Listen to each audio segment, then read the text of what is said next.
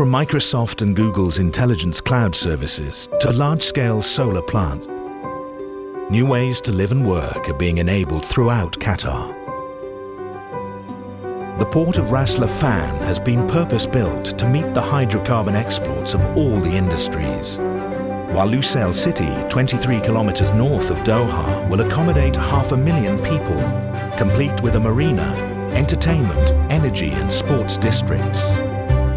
Future living becomes a reality at Sharab downtown Doha. A $5.5 billion regeneration program has transformed the capital's center and can claim to be the smartest, most sustainable built city district in the world.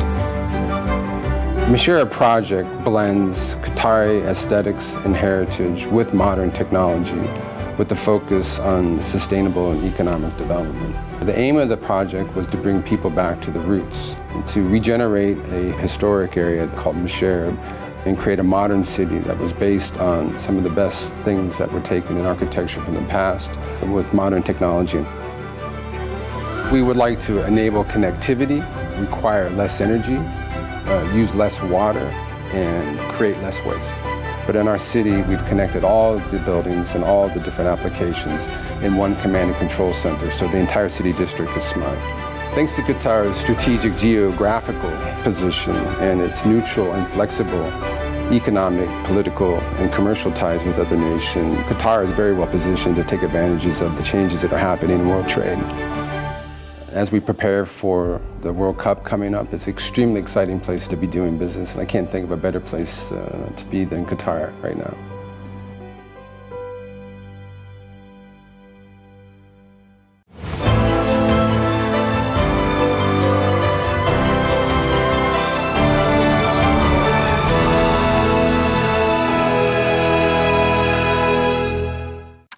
A SARS-like virus which has infected hundreds in China. COVID-19 is spreading faster in India. Europe is now the epicenter. The UK tonight acknowledged it's losing its battle. And more than 3 million people have died. Has now reached the United States.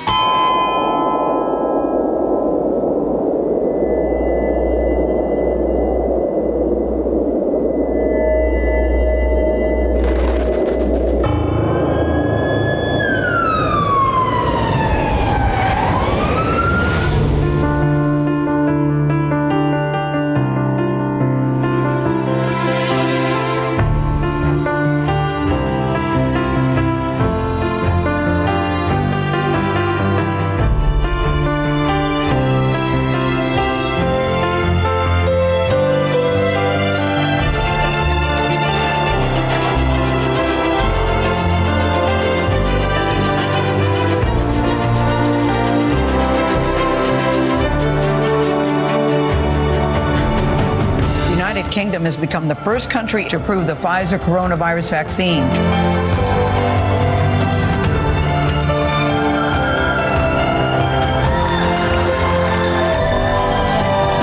The coronavirus pandemic has tanked the global economy. It's worse for a single quarter than we ever saw during the Great Recession. 4.4 million people filing for initial jobless claims. Around 50 countries have begun vaccination programs against COVID-19. Other countries will have to wait a while longer. Outrage at the death of George Floyd. Demonstrations, riots, and violence from coast to coast. The events in Washington have taken a violent and tumultuous turn. Israeli airstrikes flattened 3 apartment buildings in Gaza City.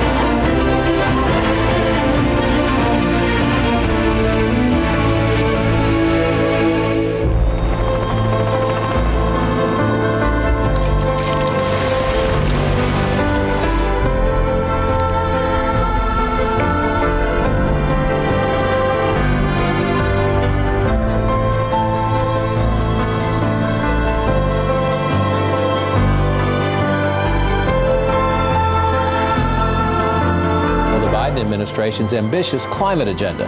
The change here is just monumental. Coast to coast, signs of reopening. Hundreds of families separated by COVID-19 were reunited at last.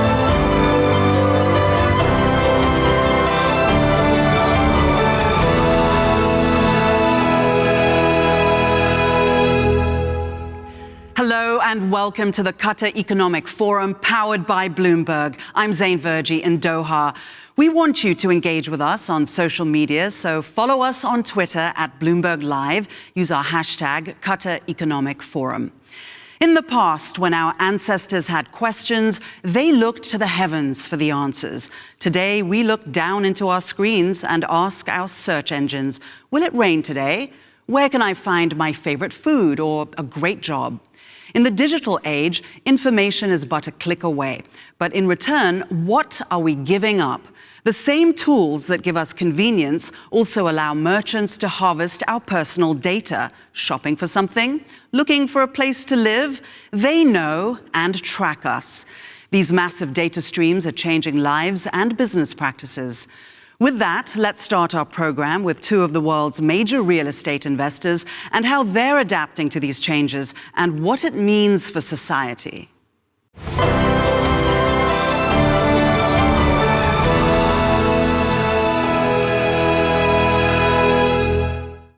Hello there, I'm Haslinda. I'm an anchor for Bloomberg TV.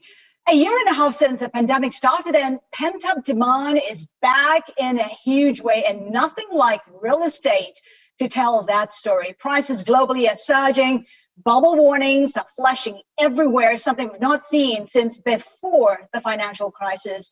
Record low rates, unprecedented fiscal stimulus, expectations of a strong recovery in the global economy, all contributing to that. Now let's get insights, explore opportunities. Tom Barrack, Barry Stunlicht, thank you for your time today. Tom, let's start with you. When you look at real estate, so much money sloshing around, it looks like serious problems have really been averted. Did the Fed, did Congress, did Treasury get it right? What's your sense?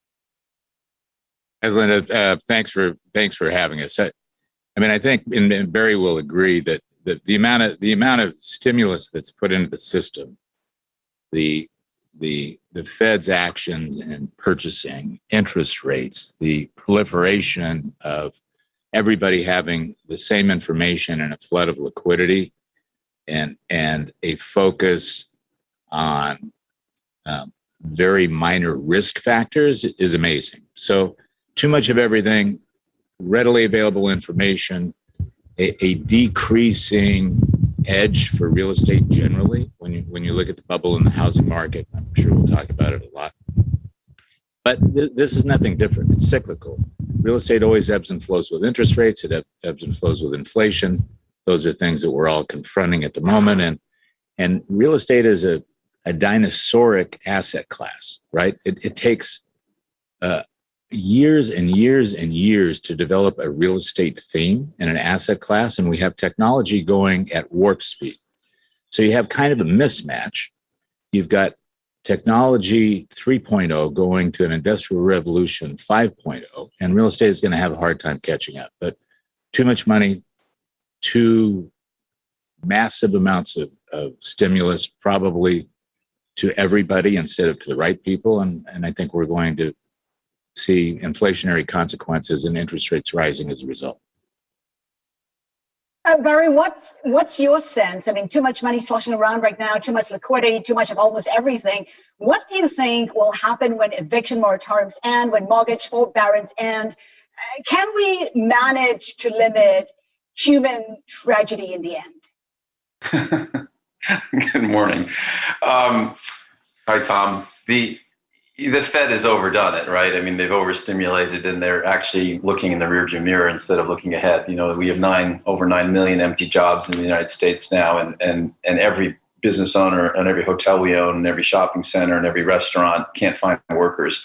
It's actually okay because minimum wages will rise, but the incentive not to work, which is resulting from the overstimulation, and then trying to cure things wholesale with giant checks when really the private markets would do a better job of distributing capital, is a noble effort, but a poorly designed program. So, for example, in the infrastructure bill, everyone would agree that roads, bridges, and tunnels in the United States need $1 trillion of work. That would be a good investment. There'd be a return on that. The rest of it, which they're arguing about, is sort of, an idealistic view of the world. when you look at the U.S. economy, you have to remember the CARES Act at $1.9 trillion, more than $500 billion of that was going to state aid. The states haven't gotten the money yet, and the U.S. economy is booming already. I spend my winters in Miami. They're getting $1 billion from the federal government. They can do whatever they want with it. And you look at the economy, you also look at, Europe hasn't opened. So we have a booming U.S., a booming China feeding the U.S., and a closed Europe. So this is only going to get worse, not better. Inflationary pressures are going to stay in the system. Bottlenecks will stay around for a while. And that will lead to inflation. One thing I'll disagree with, Tom, is real estate was the last guy to play in a booming cycle. I mean, the stock market's filled with a casino and another part of the market that people pretend they know what to buy to sell. The venture, every day I review a company that's making $2 million that wants $30 billion valuation. Everything is stretched, and real estate at least has a yield, and yield in a yieldless world is super valuable. So, people can't sleep in their computer. So homes and multifamily are interesting asset classes. Travel will come back. Even if business travel is down, the denominator is going to grow. So you'll see increased travel around the world, and it's being reflected in the hotel stocks globally. Retail, it's catching a bid. People are getting out of their house. It's still a challenged asset class. Different experience in Europe. I'm in London. The stores are full with shops. There aren't people in them, but they're at least rented. And parts of New York or other cities in the United States. And the office markets are, they'll come back. I mean, the one thing I think about is I think about office being a dinosaur asset class, is that Amazon bought the Lord and Taylor building in New York City in the middle of the pandemic, and Google bought the St. John's Terminal building, which was another 2 or 3 million feet to go with their square footage they already have. So they're kind of saying one thing and doing another, and those are the tech leaders. So I expect you'll see these companies move into Europe as they build their hubs and they expand their footprint in Europe and in Asia. So I'm constructive on real estate. Things are pricey in every asset class, and I think real estate's just one of them. And your whole view right now is where are rates going to go? And obviously the 10-year 150, and you're like, why is it here? I mean, the economy is booming and inflation is rising, and the 10 years 150. And the only answer is there's just too much money suppressing yields. You're constructive, but you're also sounding a note of caution. I mean, what kind of opportunities are you anticipating? And linked to that, are you seeing distressed opportunities right now?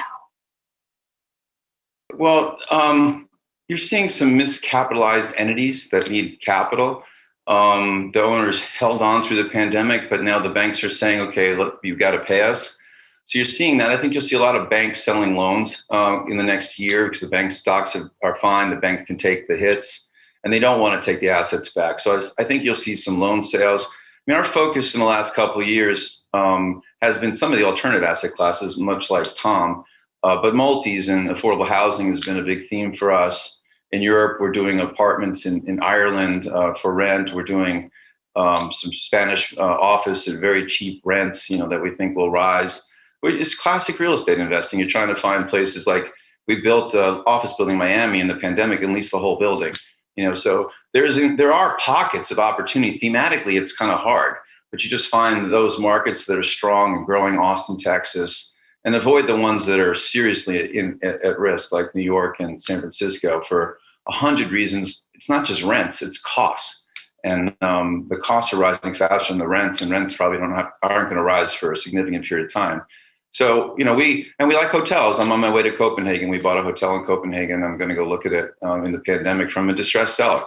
So he's never sold some stuff, but he had to pay the banks, and he's selling one and now a second one of his properties. So I'll meet with him tonight. So there's things to do, but it's with a pin you find these opportunities. Not the other thing we've been doing is big public company takeovers. So the public market's exaggerated in the wrong direction. And while private individuals held on for better pricing and weren't going to sell into the pandemic if they couldn't, public companies where the stock prices crashed, we just took private extended stay hotels.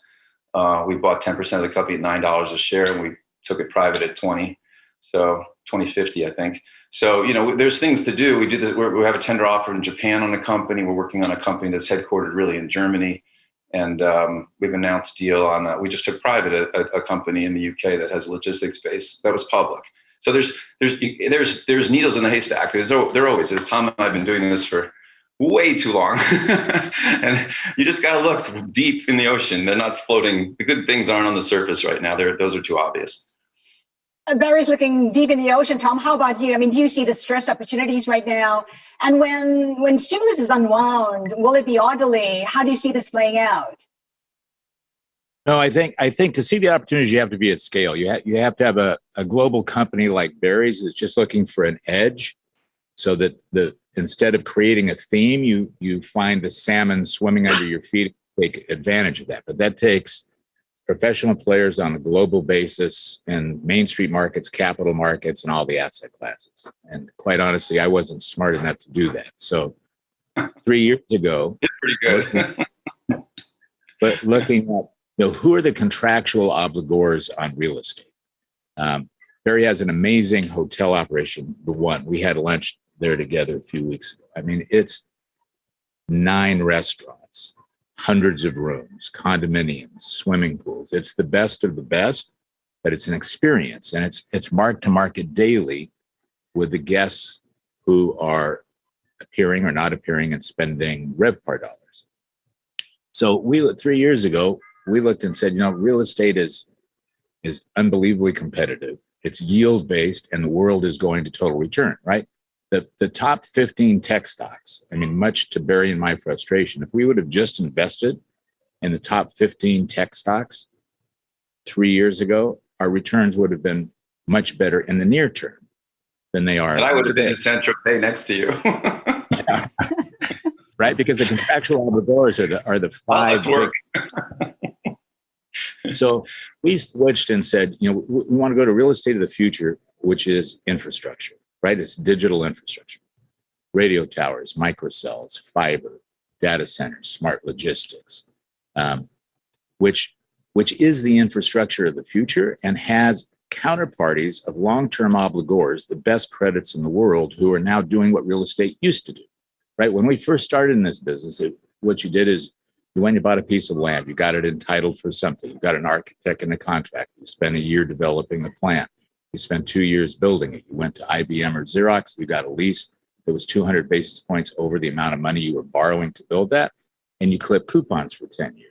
And always the enemy was CapEx, right? The enemy in real estate in every asset class is CapEx, which is why digital is so interesting, right? The CapEx involved for radio towers or microcells or data centers or smart logistics or fiber are very limited. And the obligor is taking that risk over a long period of time. So we switched from legacy assets to digital assets. And fortunately or unfortunately, the pandemic came, which gave us this euphoric rise. So if you look at the old and the new world, there's plenty of opportunity, but you've got to be with pros like Barry. But the new world in technology 3.0 is something totally different. There were no digital REITs 10 years ago, 0. In the last 5 years, the top performers across the market in general have been digital REITs.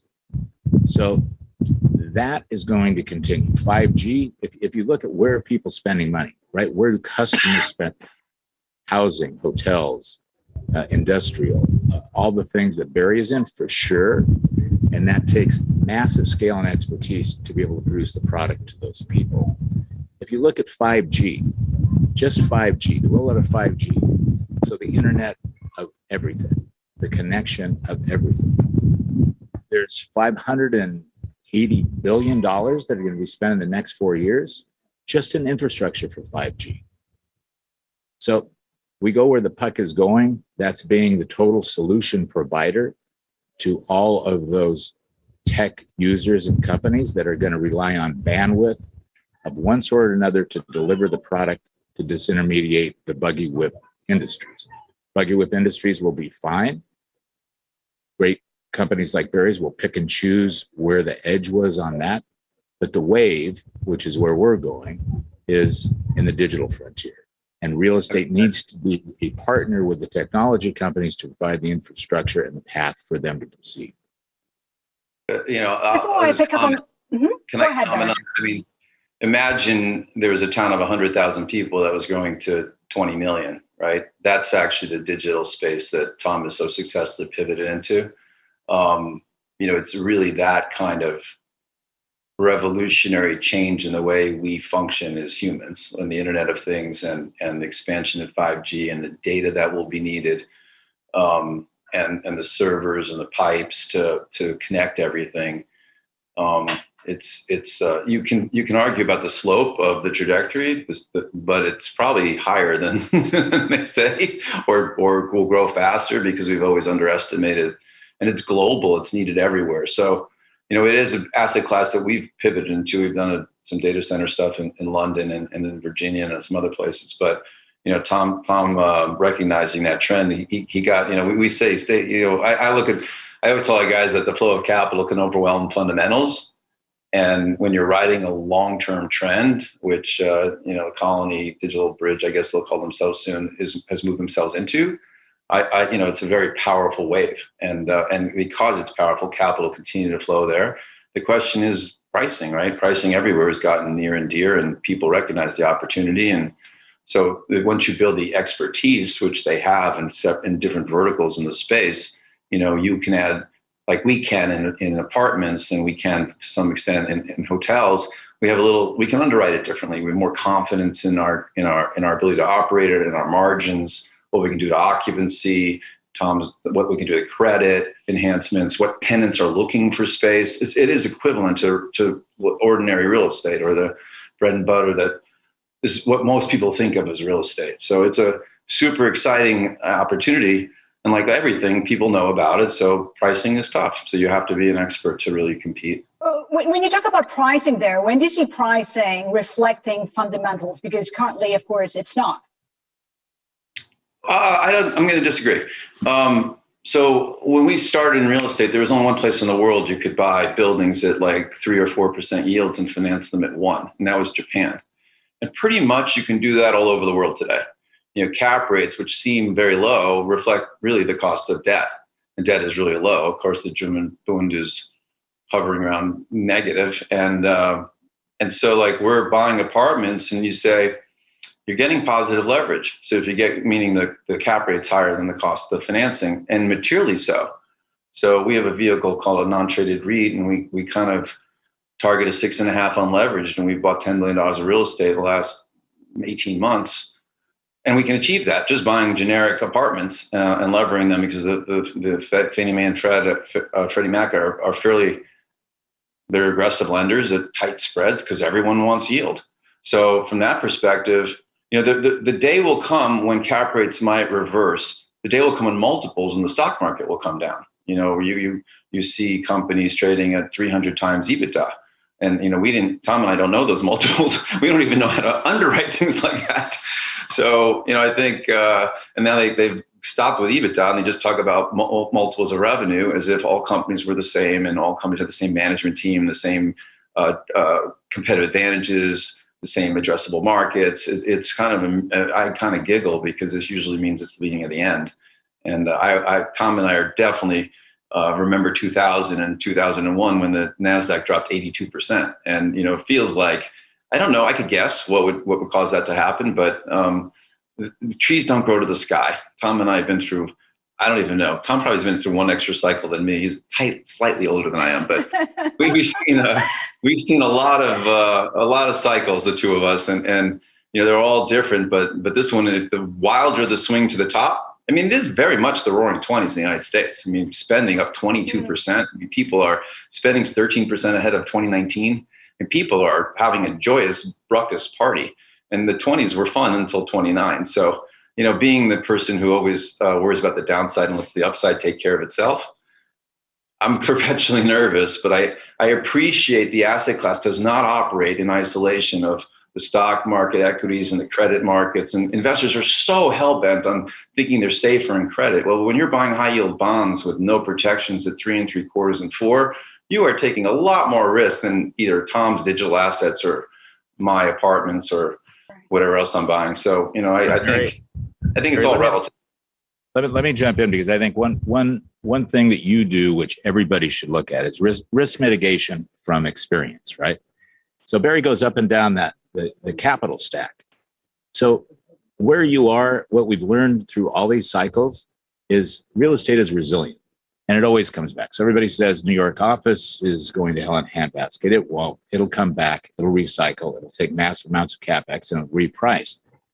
But if you look at the great credit providers, very a public REIT, taking equity-like positions for credit-like risk down the capital stack mitigates that risk of a pricing reorientation or an interest rate spike or an inflationary spike. Because remember, when inflation comes, it's actually good for real estate because replacement cost becomes exponentially greater than where you were standing still. So it adds a buffer. But the credit markets, you can't feed your kids with residual pop on technology stocks that are producing no revenue, right? One of the most difficult things, I think, for all of us legacy players is that P&L doesn't matter anymore. Well, but it does matter because at some point in time, you actually need cash in order to fuel the system. So that yield producing lower down on the capital stack in capital-like instruments, and a company like Barry's, a mortgage REIT, which has the experience to pick and choose across those classes at scale, and produce real yield with a residual pop down the capital stack, to me is a major play today. Tom, let me jump in here. A quick question about whether or not COVID has changed anything. I mean, prior to COVID, when international investors look at the real estate in the U.S., they're looking at gateway cities, the likes of New York, San Francisco, Boston, LA. Has that changed in any way with COVID? I think that, the colloquial experience is right, that everything has changed and everything is changing, and the work from home mindset is here to stay. But we can't build cultures. You can't build a culture in your operation. Barry can't build a culture of excellence in his operation by only Zooming or Teams. So eventually, to me, the sociology of mankind comes back and people want to be together, and this will be a memory and an ebb and flow, and we'll return to the median sooner than anybody thinks. That being said, right, the quality of life, kind of the COVID revenge that we're experiencing now, which Barry will be a beneficiary of it in his hotels, the travel and entertainment business will boom short term for what it is. People will be able to work and access secondary housing better than they ever did. But at the end of the day, I don't think things change that much. I think it just reprices itself. Will corporations go back to spending massive amounts of money on travel and entertainment and conferences where people are double dipping avocado dip with potato chips? I think that's going to take a bit of time. But the allure to life, even when the stimulus goes away, because as Barry was saying, I mean, Europe hasn't, both he's in the UK, I'm in Europe, it hasn't opened yet. You have 350 million people. When this opens, along with China and along with the US, the boom is going to be incredible. So I think the rising ship continues to rise. What we all know is this ends at some point. There's an unforeseen intervening event. Some I hate macro. that part, Tom. I hate that part. We have a couple of minutes left. I just want to touch on specs. We have to touch on specs, right? Everybody's in on it, politicians, celebrities, you name it. Barry, I mean, you're a spec sponsor. What do you think? Have we passed spec peak, you think? I hope so. I mean, I've done 4, and 2 have found their targets. One's closed, one's on its way to closing. I have a big one and a little one. I just did that last week, actually. It's fun for me. It's a way to diversify I own Star Property Trust, which is the mortgage REIT that Tom spoke about. And then for, I think, 12 years, I haven't sold a share. So I'm quite long real estate, but I know a lot of people, and it's kind of fun. My family office really runs the SPAC stuff, and I just coach. I think the market hates doing anything in the right amount, so it went to wretched excess. And if you could breathe, you could raise a SPAC. There was a financial arbitrage that was being created by the selling of a warrant for free that actually had value. So you're getting more than $10 of value. That was the arbitrage that created the SPAC boom, the SPAC 3.0, whatever you call this, because you could buy the IPO, sell the warrant as soon as it was float, and you create the security cheaper than 10. In your worst cases, you got 10 back. And when the hedge funds figured that out, all hell broke loose. They would buy a security from anybody. It was basically a free option, and the alternative was cash, and so you could earn better than cash just on selling the warrant as soon as it was detached from the stock. People understand that that's what drove the SPAC market, the buyer side. We raised $1 billion in our third SPAC. We had $9 billion of orders, and we never saw anything like it. 450 accounts. So people who were slapping themselves on the back had nothing to do with that. But now the market is much more discriminating. There are I think there are 400 people lined up at the gates trying to get a deal done. People who the market perceives as good fiduciaries, they're experienced deal people. They know how to look at companies. They seem to be getting there's a trickle of deals getting done. I hope it remains a trickle. I doubt it'll remain a trickle until the SEC sort of tightens this process up, because the projections that are in these, there has to be someone saying they're reasonable, and because I think they're really misleading investors. Not that it matters. I mean, investors don't care. They're taking bankrupt companies like AMC Theaters to $25 billion market caps in this new Robinhood world, and Reddit and Market Bets. So and people don't care. Clover Healthcare is basically a fraud, and it's trading at $16 a share, and it keeps going up. The more you say it's going out of business, the higher the stock goes. So the stock market is detached from reality, and I feel bad for my hedge fund friends, because it is. I don't know how I trade it. I mean, I have I invest and I don't sell. I don't. But I mean, my housekeeper is day trading and getting rich. So we should invest with him. The bottom line is, you pick the athlete, you don't pick the stadium. Right? The difference between a very Sternlich sponsored SPAC and a Lordstown is 1,000 miles. So, Tom, we need to wrap up soon, but it would be very remiss of me if I don't ask you this question. I mean, there's so much questions about, what Mr. Trump is up to. Give us a sense of where he is, what he's doing now, Tom.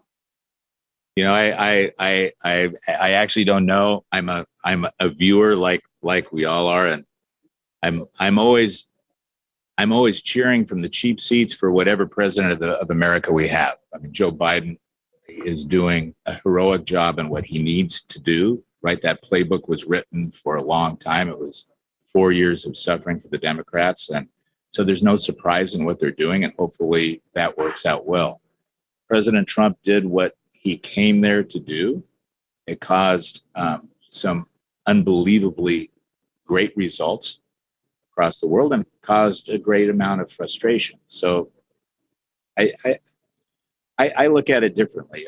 I think the difficult thing for America is the spread between the haves and the have-nots, and the difficulty that we have talking to each other with different points of view. So neither the Democrats or the Republicans or the Libertarians or anybody in the middle represents the heart and soul of America, right? The ability of a Barry Sternlich to start from nothing and become one of the titans on a global basis is American. It's due to that DNA and the freedom and beauty of America. And I think that this adversarialness between all of them, including President Trump, will end up being a good thing, because it'll force all of us as Americans back into our box and say compassion, conciliatoriness, a tolerance and a point of view. And what I hope for is that happens on a global basis. But it's unstabling to the world to have a Middle East policy carved in granite that evaporates in an instant and becomes a different Middle East policy. And this is the challenge, I think, for Americans, have consistency with its allies. So I'm hopeful for everybody. I don't know exactly what President Trump is doing, but I hope for him the best. And I'm a big fan and rooter for President Biden and the Democrats to do the right thing. On that note, Tom Barrick, Barry Sternlich, it's been a pleasure. Thank you so much for being with us today. Thank you.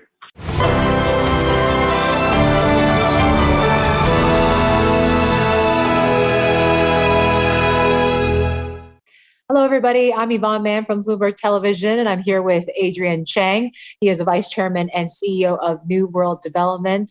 Adrian, thanks so much for joining us today. Of course, our panel is about millennial consumers. I just want to kick things off with a simple question. Who is the millennial consumer, and how would you best describe them?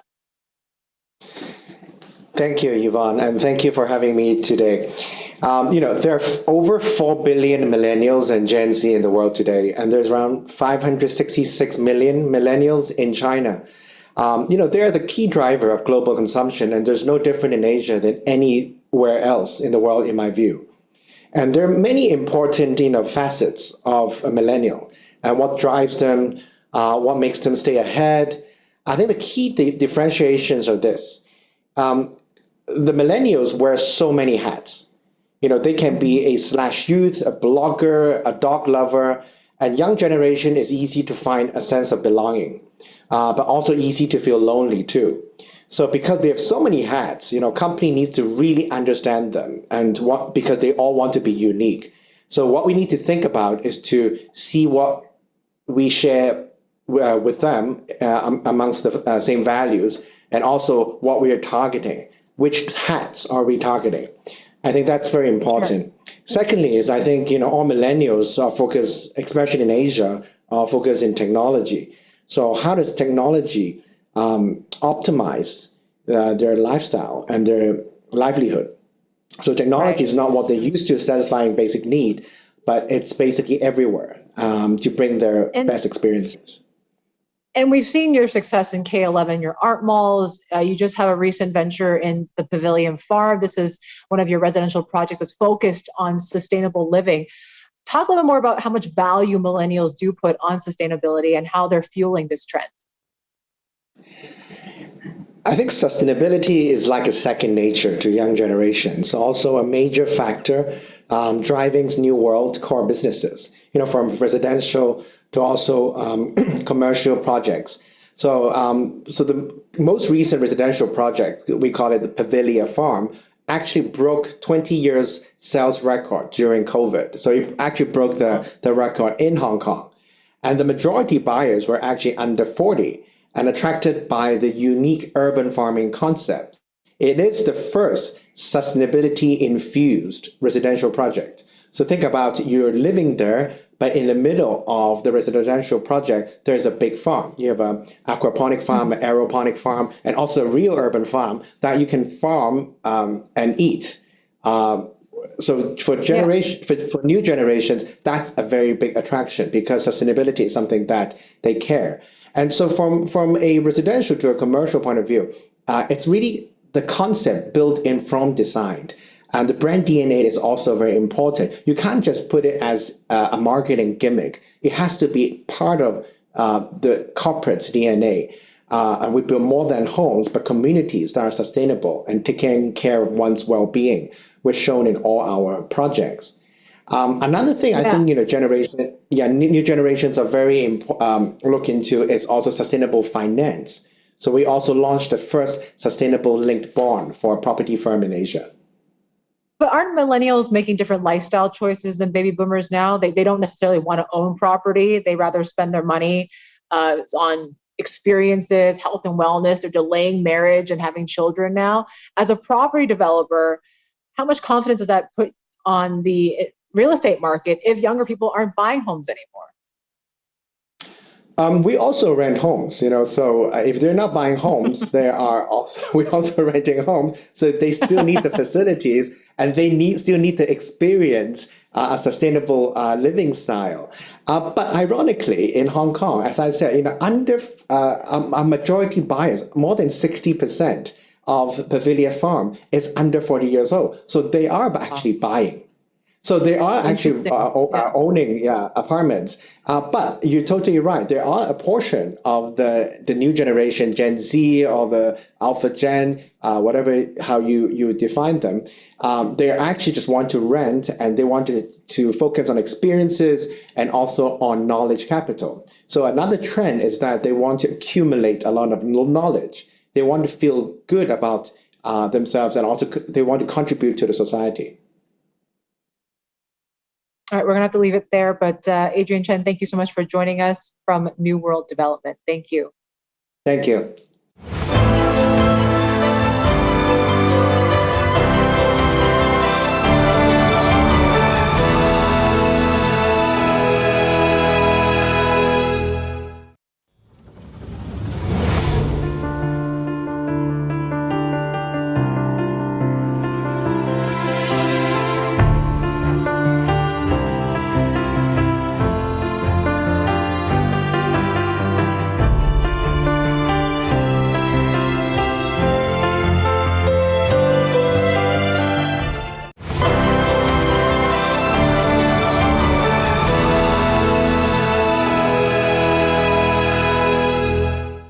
Well, we are truly going around the world when it comes to looking at global real estate and what's going on, some of the trends. Sheikh Khalid, Bruce Flatt, and Rob Spire, thank you so much for being with us. This is what I would call a dream team when it comes to talking real estate. What I want to start with is the truth about what's going on in real estate, because there have been over the past year a lot of conversations about doomsday scenarios, about people leaving major cities, a lot of working from home or hybrid working, so we won't need as much office space, about people moving away from gateway cities. So I want to get to the truth of it. Bruce, let me start with you.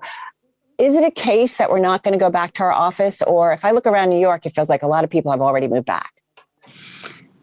Look, it's life is about phases. People have to adjust. They're all coming back to the office. It's just inevitable. And but people have to do it in phases. They thought they couldn't come back. Then they thought they were going to partly work from home. Eventually, they're all going to be back to the office. We're seeing it everywhere in the world. You can see it in the cities that are reopening already across the world.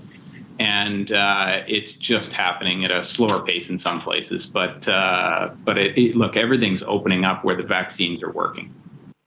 Sheikh Khalid, come on in on this. Do you agree you're seeing everybody come back, or do you feel like that there might still be some dramatic changes when it comes to real estate generally?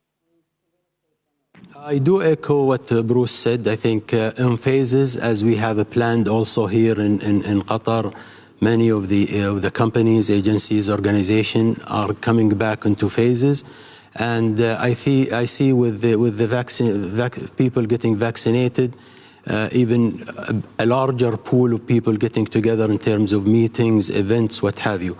I think we cannot get away from the concept of the workspace. The concept of workspace is for many occupier is to pool talent and to promote collaboration and innovation. So this concept we see in Qatari DR, where I am a chairman of, we don't see a change from that. I think we're getting back to normal. I think as a growing company like Qatari DR, it's important that we maintain the attracting talented people, and in the same time, as a growing company, we are developing and training national as a successor for the future, and we cannot do that remotely. Rob, is it 3 for 3? Do you agree that people are coming back from the office, or does something change a little bit in terms of how we look at the office space, maybe how we use it or how much we use it and where we are using it? Companies are really struggling to define what a hybrid workplace means and how to implement that in an equitable way. Does it mean that nobody works Mondays and Fridays? Does it mean, as one big company's doing, you tell people which 3 days they come to the office based on a computer algorithm? Do you give every employee their own choice? How does that work? So I think companies' approaches have been very fluid, depending on seasonality month by month. And it has been a real struggle if it's not remote or in the office, and it's a balance of the two, how to actually execute. But I'd give you a fact point from our kind of on the ground experience. We were lucky enough to buy a building in Sunnyvale a couple of months ago at a 50% discount to the pre-COVID value.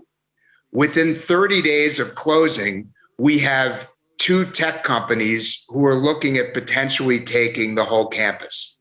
Now, 6 months ago, the whole world was writing off the Bay Area. Everybody was moving out, moving elsewhere. And the facts on the ground are most of the big tech companies have added extraordinary numbers to their workforce, and they need places to put them. Nobody's making the bet in actuality that they're not bringing people back to the workplace. Well, that's what I want to get to and kind of make some sense out of, because we've done a lot of stories, certainly here at Bloomberg, about people leaving Silicon Valley, that the big tech companies are saying you can kind of work anywhere. Bruce, who is it that's going to be in demand for office space? Is it the same as it was pre-pandemic in terms of what we see post-pandemic? What signs are you seeing?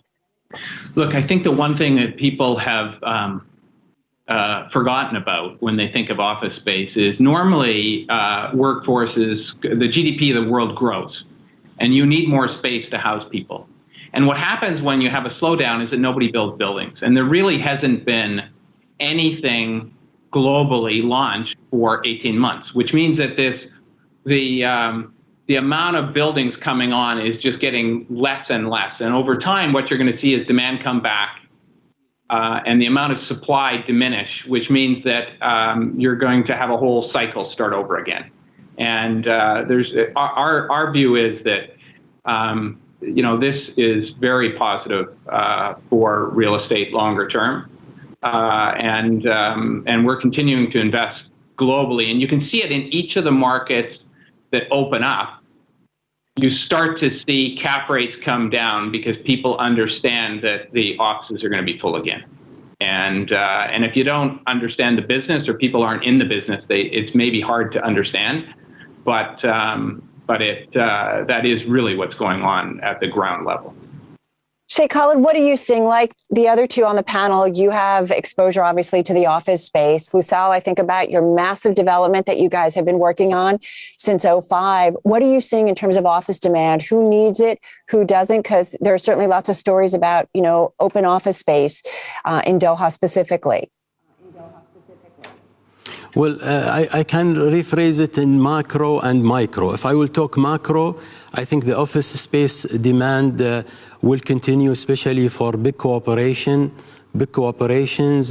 technology firms, as said by Rob, and also for the professional services that rely on a large talent pool and looking for also best locations, best space.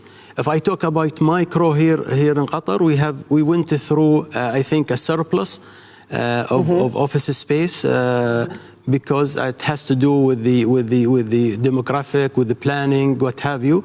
But I think, but that's also has a benefit of reducing the cost per square meter, which is also encouraging tenant to move in, and looking also for more of the smart cities, I would say, or smart offices. That's where the technology is being upgraded and has more sustainable and well-being location for the employee to move in. So basically, best locations, best offices will remain as a high flyer.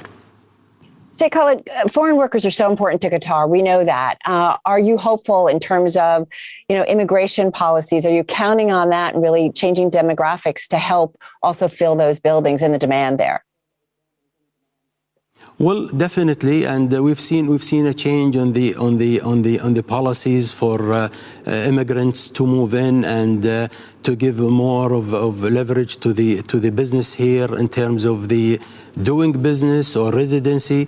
Definitely, that's helping certain cities, certain location within the state of Qatar and within Doha, and we've seen that going toward the right way, so to speak. Bruce, I know gateway cities are certainly, on your radar, and you still see strength in gateway cities. Is there anything to the argument that some of the secondary cities, because of companies that do offer now as a perk kind of flexible working, that we will see kind of more investment going into those secondary or tertiary cities? Yeah, look, all of them are all of the above are good. There are smaller cities that are highly attractive, Nashville, Austin, where people want to be and they're growing. But just to put it in perspective, we're building a major complex in downtown Nashville. It's office, residential, retail, a big mixed-use development, but it has 400,000 square feet of office. We ourselves own 60 million square feet of space in New York City.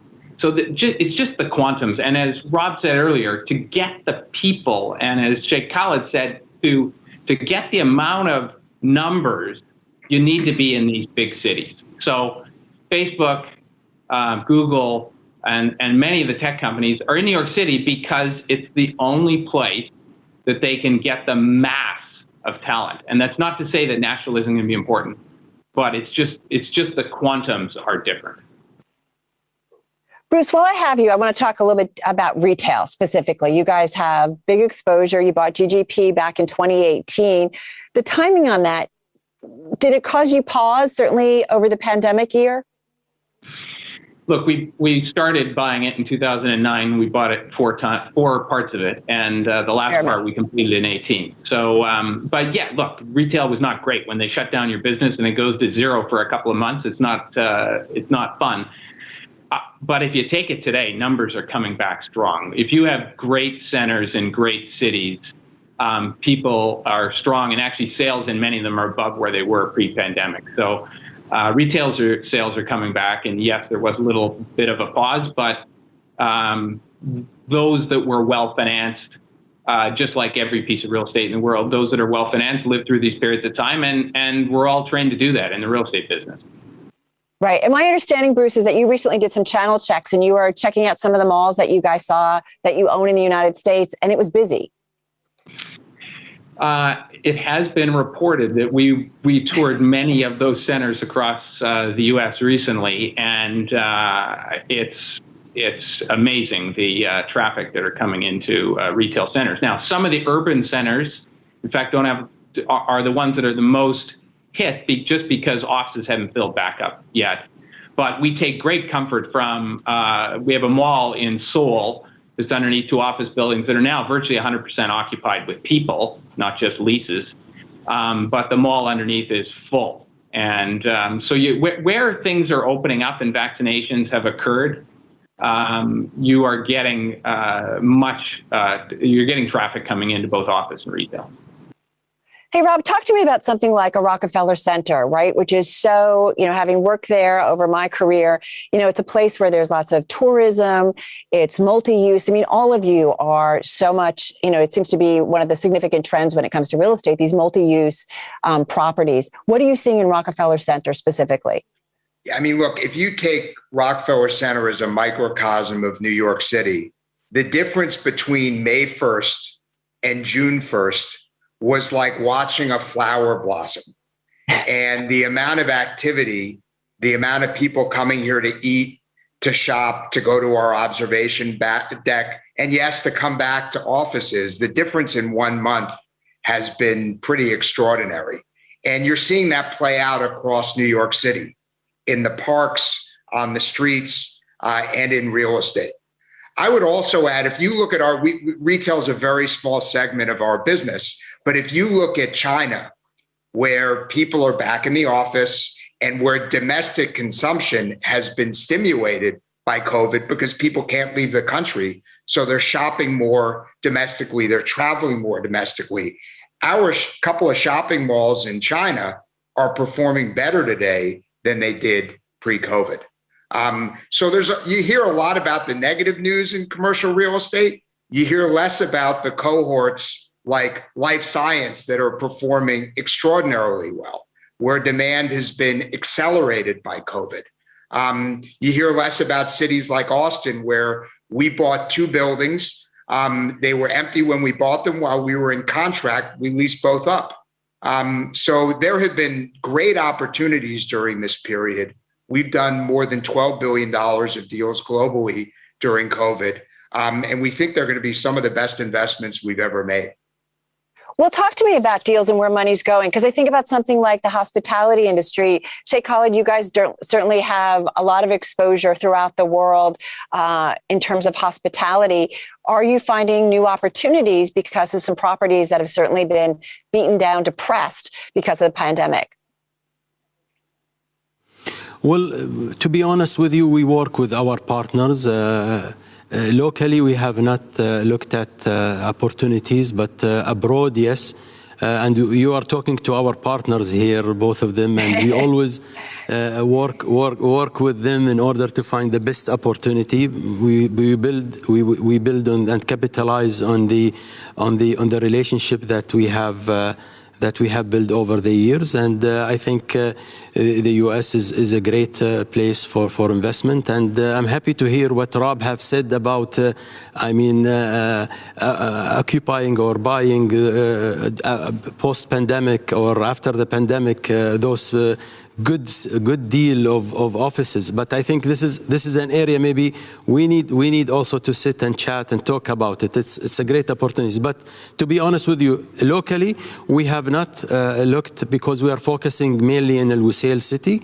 We're building facilities to cater for the for the World Cup 2022.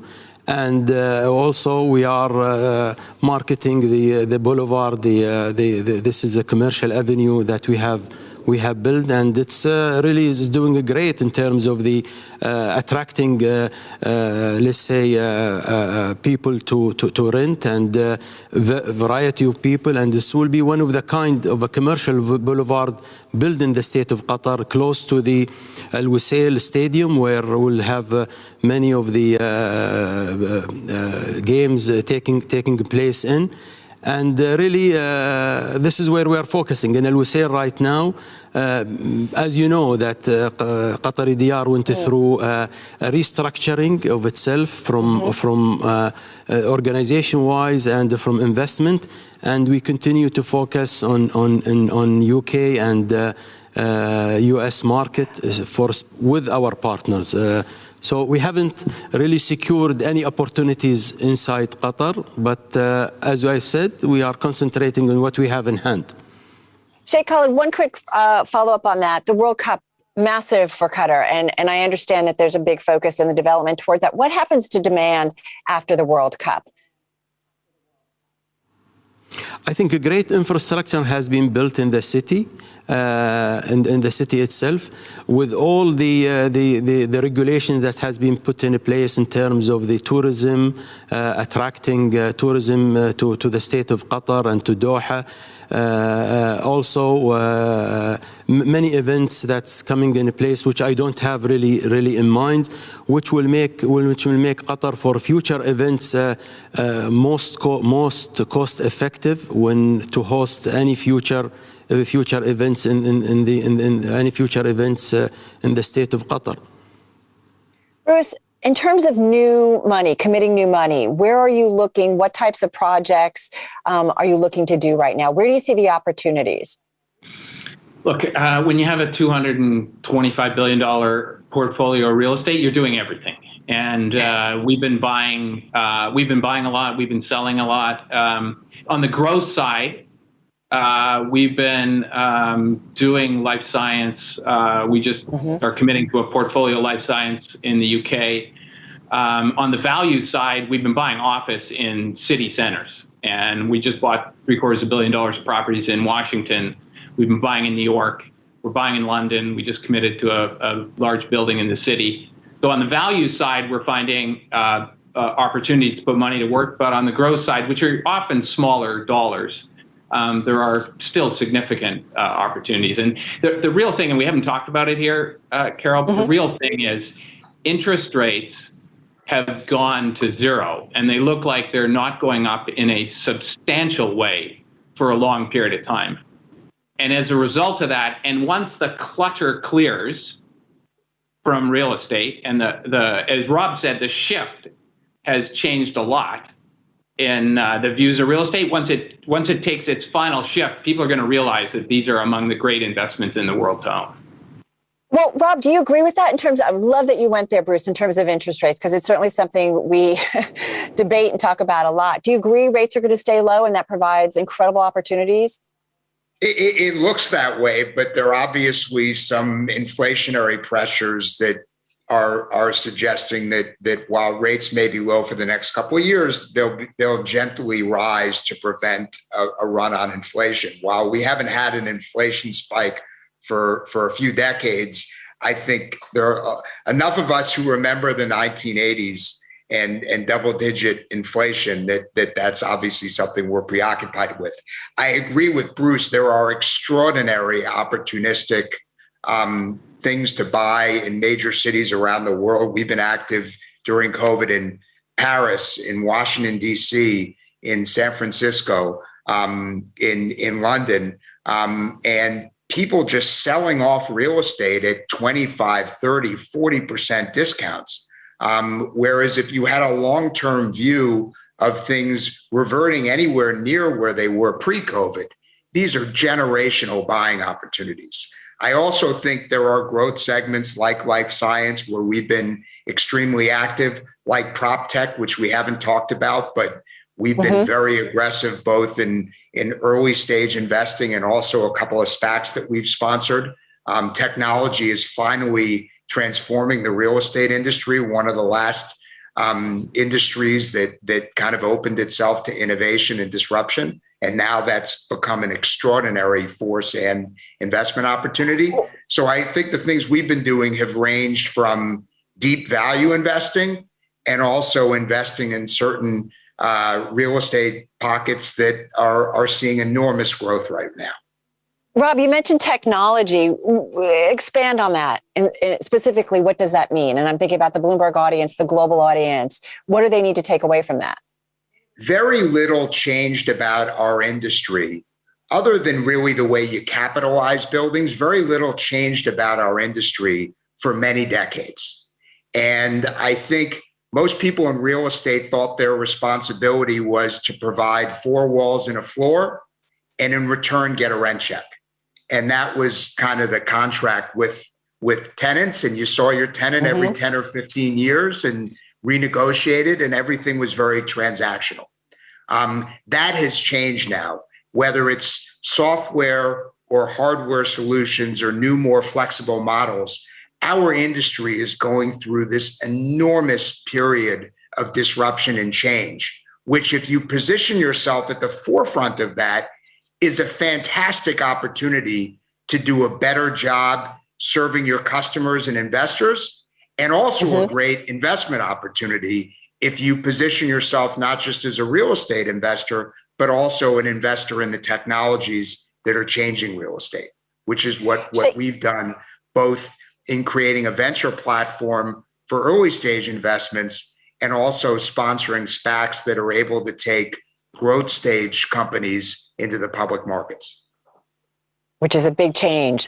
Sheikh Khalid, I want to have you address something that Bruce and Rob talked about in terms of interest rates. What are your expectations, when it comes to the global rate environment and the opportunities it presents for the real estate community and investing? I think I echo both Bruce and Rob. I think we will enjoy a low rate interest for a few years to come, maybe a couple of years, maybe more. And it's an opportunity that we see that investment opportunities which will help also in terms of investing because of the low rate interest. Also refinancing when it comes to our position, Qatari DR, we are refinancing our facilities, facility loans with taking the advantage of the low rate, but they are opportunistic. And I think globally, which is really a time to go for investment and enjoy that opportunities. I want to kind of turn the tables on you all and see if you have a question for one another. Sheikh Khalid, do you have a question for Bruce or for Rob here? My question is, how do they see, would they invest, talking about investment on offices and office space, how do they see the appetite going further, especially in the major cities? Do you see people might go away from major cities and build, maybe go to the hub of the social hub of the big cities and invest more? Or do you think the major cities like New York, London, and Tokyo, Paris will maintain their position post-pandemic? Bruce, you want to take that first? I think I know your answer. I'm going to set Rob. I'm going to set Rob up here. How about that? Deal. Major cities are major cities because transportation and because of that people want to be near others. That's why they've always existed, and that's why corporations seek those cities.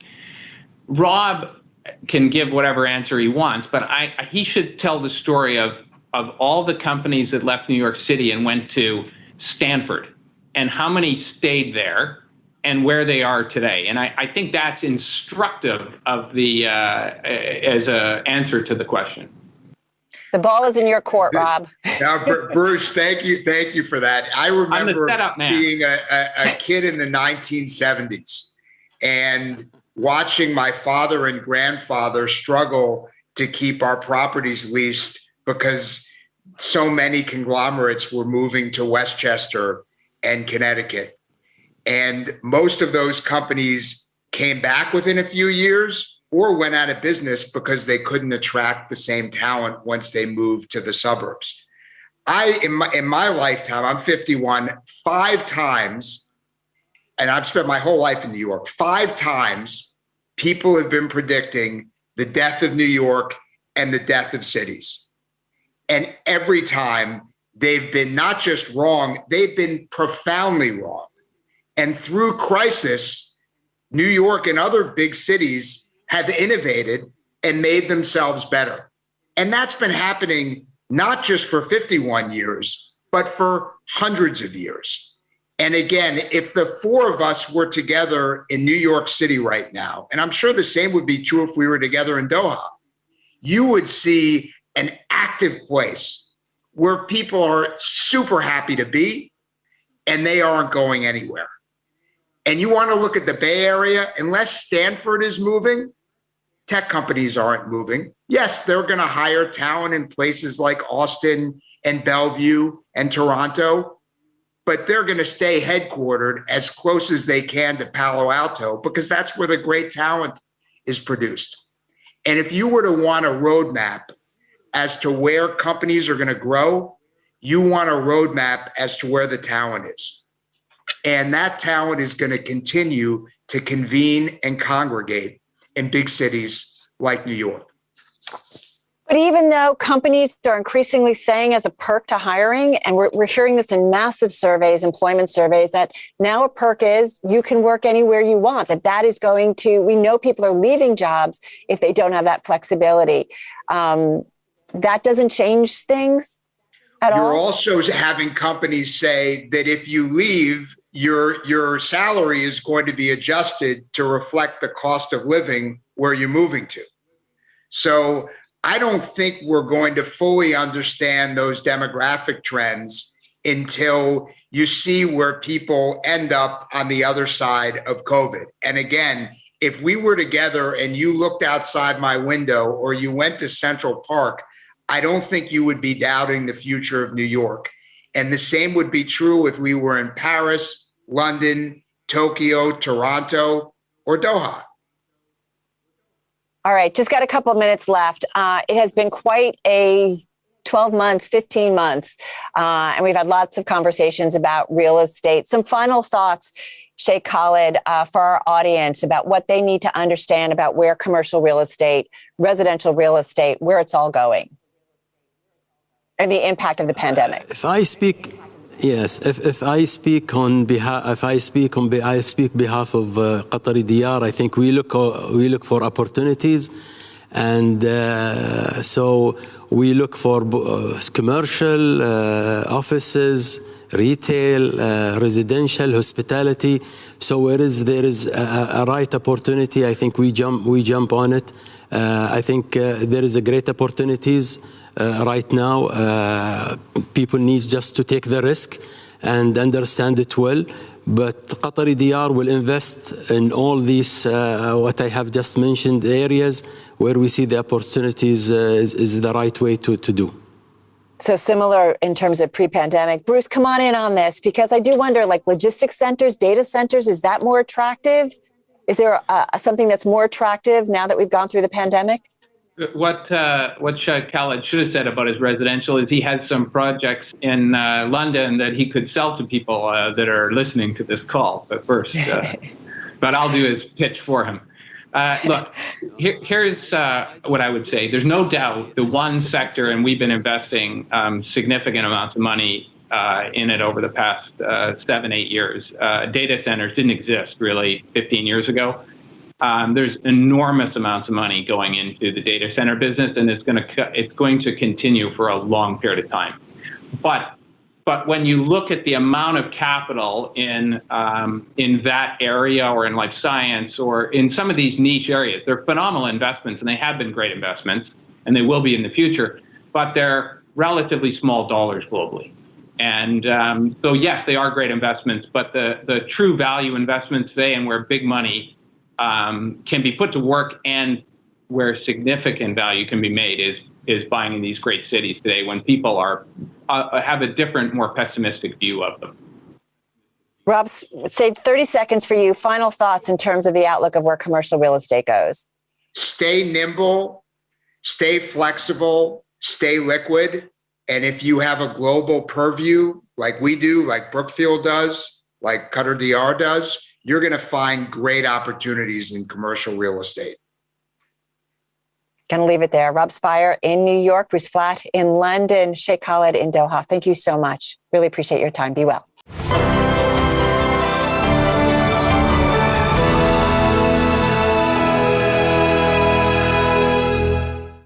I'm Heidi Stradwartz, and we're here to talk about smart, sustainable cities in the post-COVID era. And for that, I'd like to bring in someone who is considered a trailblazer in the field. It is Dr. Jeffrey Chair, who is the head of Sunway, one of the largest conglomerates in Southeast Asia. So wonderful to have you with us. Talk to me about your vision for smart, sustainable development post-COVID. What's changed compared to a year or so ago? Well, thank you, Heidi. Of course, it is an honor to join you virtually at this inaugural Qatar Economic Forum. Yeah, talking about sustainability, sustainable city. 40 years ago, where we are today in Kuala Lumpur, what we call Sunway City, now was full of abandoned mining pool. There was nothing here, only mud, sand, and gravel.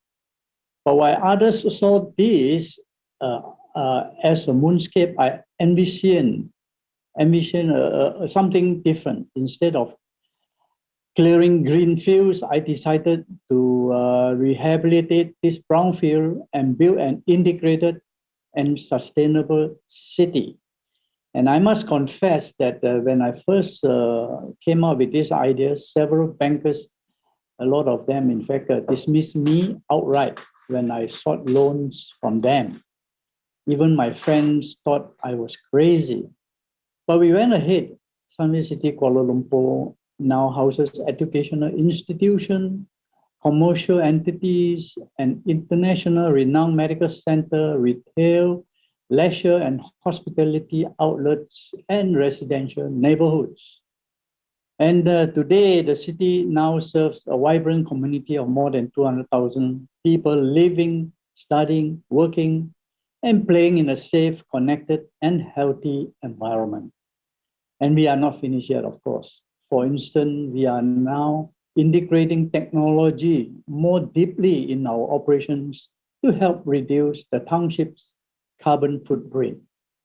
And we are also constructing an arts and cultural center to enhance the quality of our community, quality of life for our communities, and nurture well-rounded young talents, which I am very passionate about. Yeah, and this is how I would put it across. And this is obviously, the development is your crown jewel, if you will. Yeah. Can it be replicated? Is it scalable? Oh yes, in fact, we are building 3 more townships in Malaysia. All of them are in Malaysia because it's my where I was born, and I'm very loyal to this country, and I hope to build more of this kind of township. Of course, what we have built, it is the ecosystem, both physical and social. And at Sunway City here, we have put in place the fundamental building blocks, such as quality education, healthcare, world-class research, commercial entities, and the presence of educated young talents. It is, in fact, a very holistic environment which combines intellectual firepower, applied research, creative energy, and entrepreneurship mindsets, almost like Silicon Valley, I would think. Mm. The presence of 3 research-intensive university and commercial entities, and our medical center has turned our Sunway City into a living lab and a testbed for innovation. And I believe to be the best, I truly we need to learn from the best and work with the best.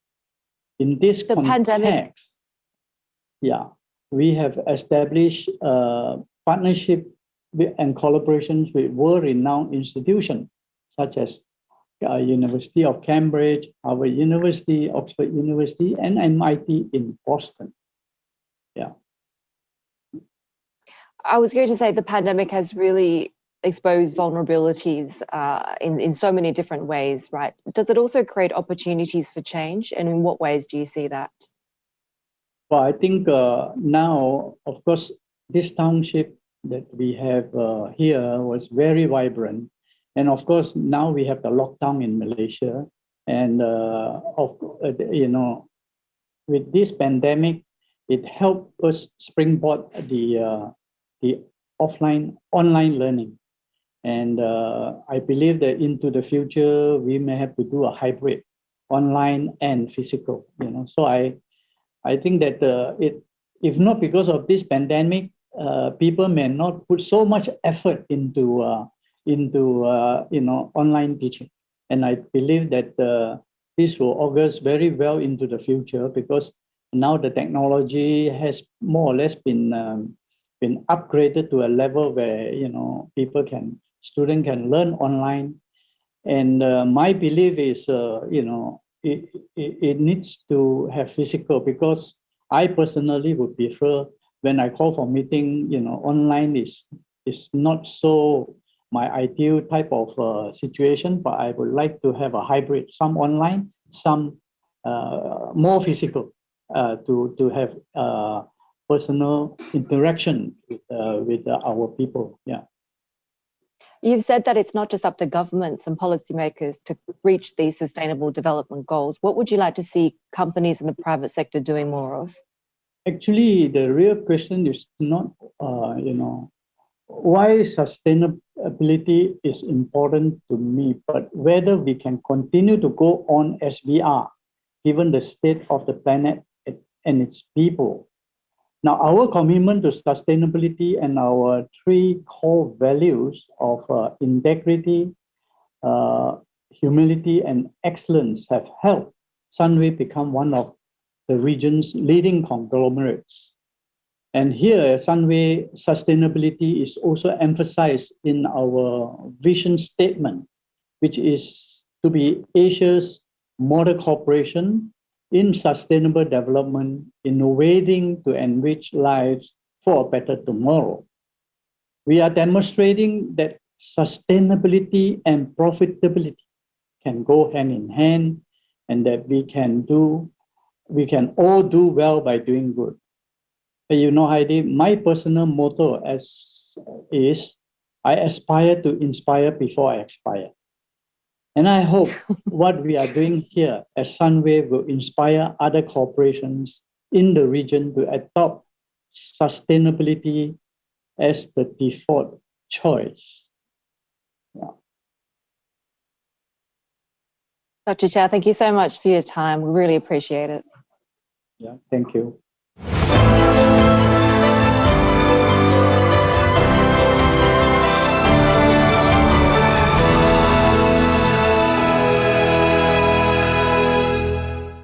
We hope you're enjoying the Qatar Economic Forum and find it informative.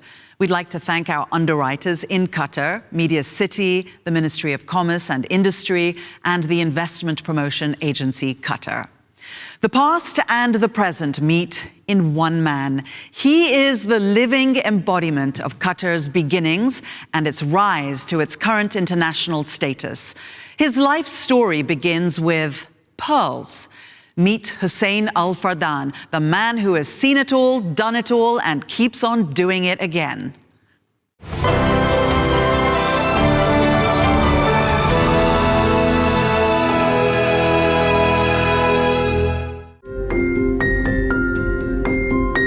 They call it Ashat. Hussein Al Fardan knows the secrets of the sea and the beauty that lies beneath. Everything, all kind of pearls. He is a rare witness to the tides and times that have transformed Qatar. Surrounded by jewels, this 88-year-old legendary businessman is himself a gem of his nation. So what makes a good pearl?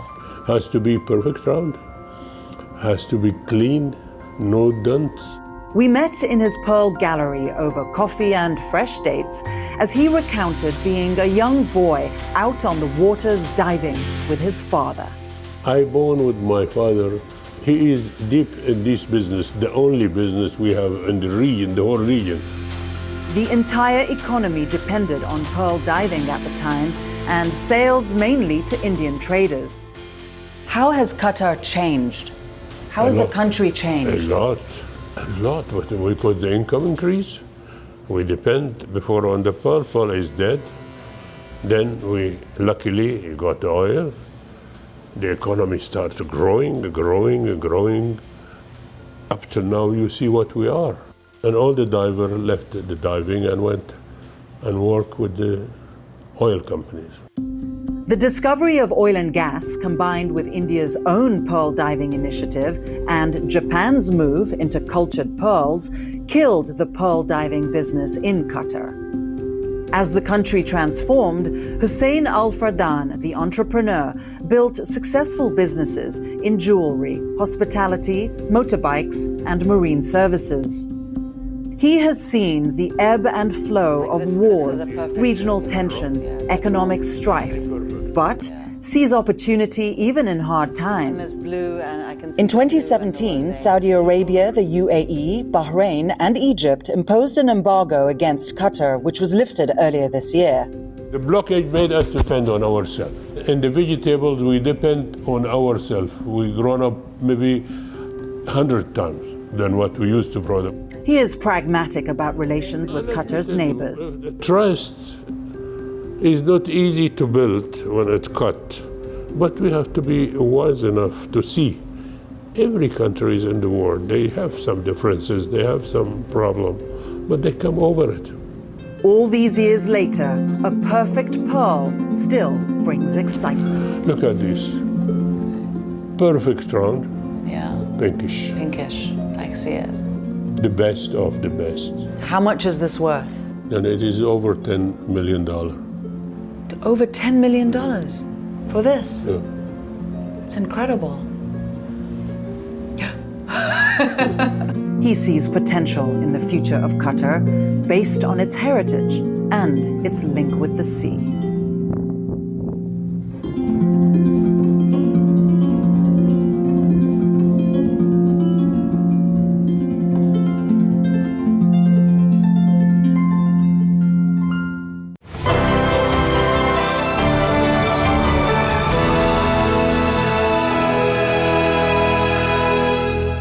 Hello and welcome. I'm Malika Kapoor, Deputy Global Editor of Bloomberg Live, and I am delighted to introduce our next guest. He is the Chief Executive Officer of Valentino, Jacopo Venturini.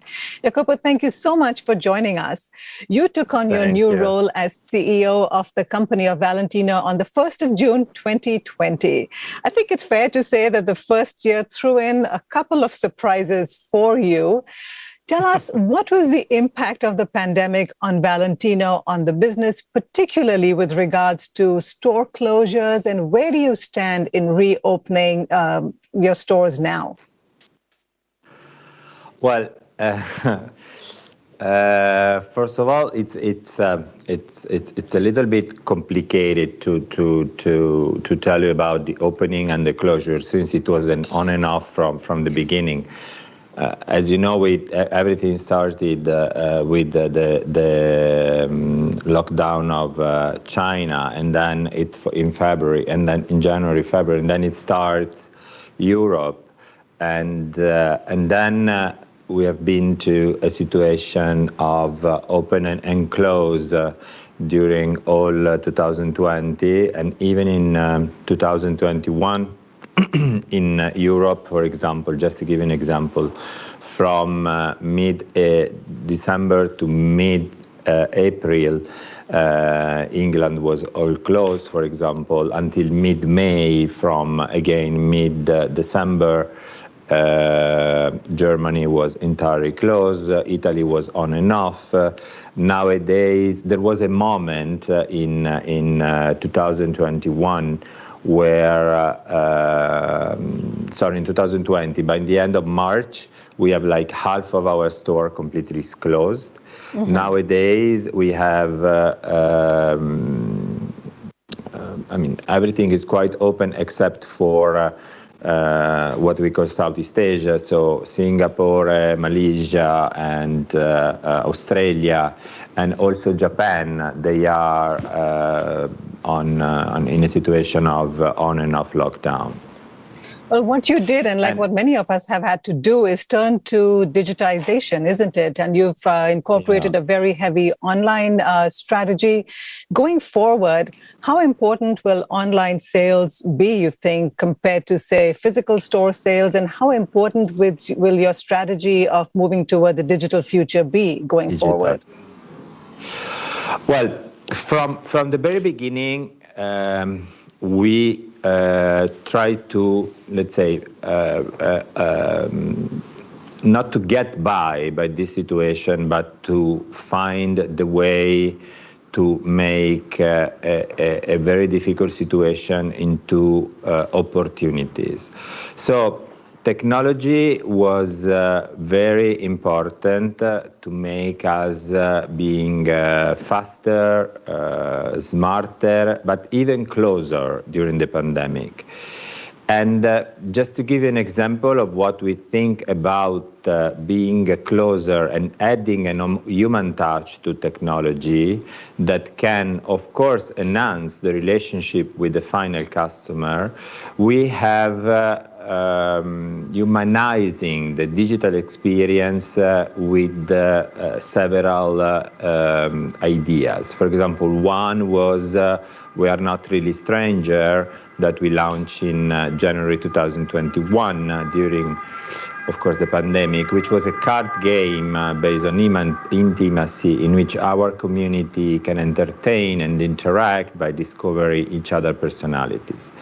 The first video of this recorded 5.5 million organic views.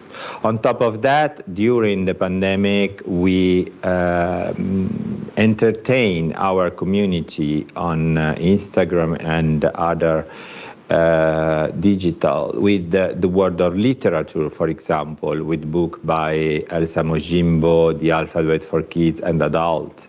And as a first time in contemporary fashion advertising, there was a literary campaign with Donna Tartt. And to bring our community together. We also did in the world of poetry, we launched online reading with Rapu Kaur, and on the music scene, we went live concert with profile like Alicia Keys. So that's right. You've had a very busy year, yes, in terms of your digital strategy. But I wanted to switch our attention to sustainability, and I know you're a big advocate of that personally. And as far as the brand is concerned, fashion is one of the most polluting industries in the world, but Valentino has developed a reputation for being a green brand. If you had to pick the one step you all have taken towards sustainability, what is the one decision you've taken as a business that's helped you be much more sustainable than you were before? So let's say that first of all, our mantra is very much to preserve and to give back. Give back. I think that one of the first very important big steps that Valentino made was in 2013, which was kind of pioneering with other few brands.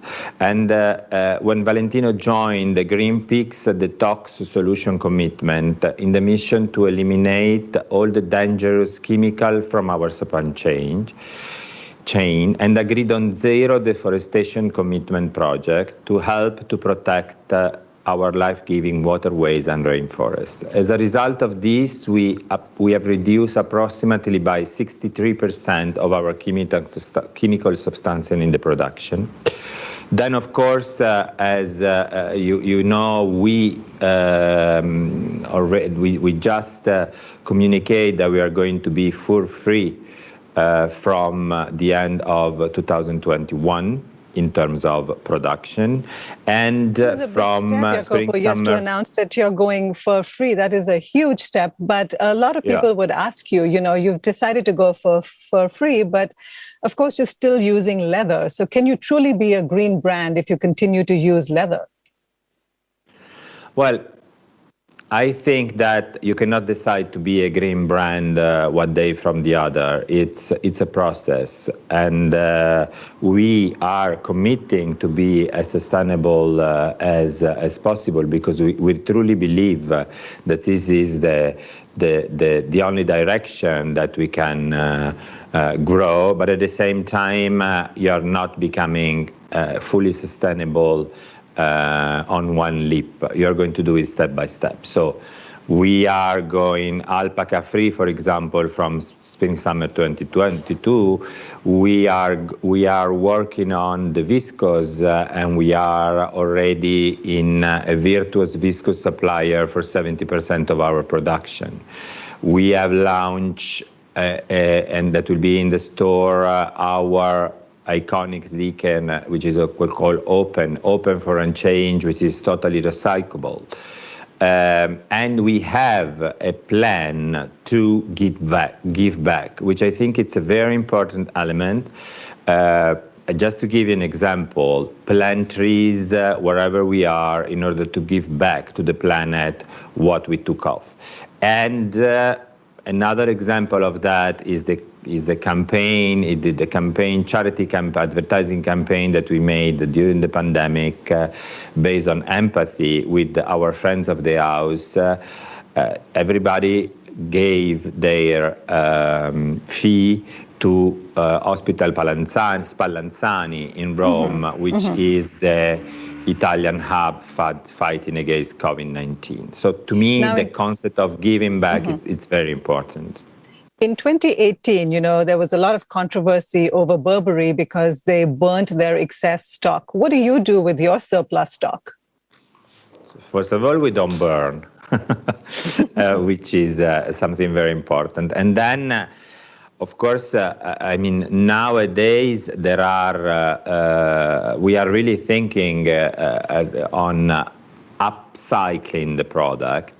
So there are processes in the company of brainstorming on how to upcycling the product. It's something that, of course, it's something very new, and we are thinking about that, and we are working very seriously about that.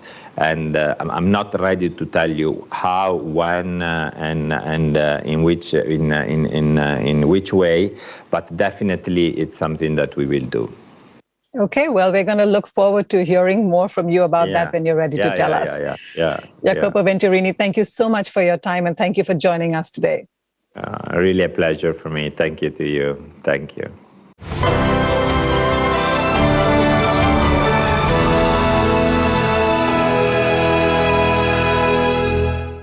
Sustainability, as we know, has been such a key issue, really highlighting in the past few years what a priority it's been for companies. No better person to discuss this than Roberto Marques. Of course, we know him as the executive chairman and group CEO of Natura & Co. And Roberto, wonderful to have you, because Natura & Co. owns companies like Avon, Natura, The Body Shop, Aesop. So it really makes you one of the largest cosmetics companies in the world. So you have a really key handle on sustainability. What are your plans to be net zero? What are your specific goals? So first, Taylor, thanks for having me. Great to be with you. Listen, last year, we made a very important commitment as part of Natura & Co., which are the 4 brands that you mentioned. We unleash what we call our 2030 commitment to life. And within that, one of the key pillars is actually to achieve net zero by 2030. And just as a perspective, that is 20 years ahead of the commitment from the UN, right? And most important, this is also related to what we call scope 1, 2, and 3, which also encompass all the end-to-end supply chain. So a very daunting goal for us. This is one of the pillars. The second really talks about social inclusion and diversity. And the third pillar talks about, how we really drive circularity and more regenerative ways of really doing business. So on the net zero, we are really trying to understand the importance of the direct emission, which actually represent less than 10% of our scope, and the indirect emission, that is probably the bulk, which is 19 times more than the direct emission, especially on scope 3, really working through our supply chain, through our partners, especially in the areas of packaging, ingredients, distribution, which are really the key elements. So a lot to be done, but we're very excited with the progress and how we're really partnering with the entire network here. Talk to us about that packaging and the plastics and really that regenerative process that you described. Is the demand coming from consumers? Are they coming to you and saying, we want this? Yeah, it's very interesting because the way we like to think is that consumers are actually citizens. And we are seeing more and more the citizen, the civil society, and our customers becoming even more involved. They want companies, they want solutions that all think about the environment, the social aspect. And for that, our commitment is to achieve 100% of our packaging, either reusable, recyclable, and compostable by 2030. And there are some very interesting examples already. One of them, Tyler, is our refuel stations that we are implementing across our Body Shop stores, where people come with the aluminum can and can fill their products, their favorite products, and then clean in a way to really create a more sustainable and recyclable ways of really consuming some of the cosmetic products. So really a lot of focus on reducing plastic, driving circularity, a more regenerative way of doing business. And the good news is that we are seeing consumers much more engaged and wanted to really work with companies that have that top of mind. Another pillar that you mentioned, of course, is social inclusion, and particularly in the Middle East and, of course, worldwide. What are you doing within your company to promote an equal recovery across gender, across race, particularly as we come out of this pandemic? Yeah, we know that the pandemic hit actually disproportionate women in terms of losing jobs, actually increasing domestic violence. So we're very committed to actually help there. We're committed to achieve at least 50% of gender balance in terms of our management above, and also working to achieve 30% of underrepresented population as part of our management by 2030. So a lot to be done there, but it is one area that we're putting a lot of focus and making sure that we have the right fiber of society represent in our own workforce. We just have 30 seconds quickly. How important are all of these goals that you've just described to the future growth of the company? Listen, we like to say that there is no plan B, right? We needed to embrace that because we can run companies in a dead planet, as simple as that. Thank you so much. That was Roberto Marquez, of course, Executive Chairman and Group CEO of Natura & Co. Thank you so much for your time. Thank you.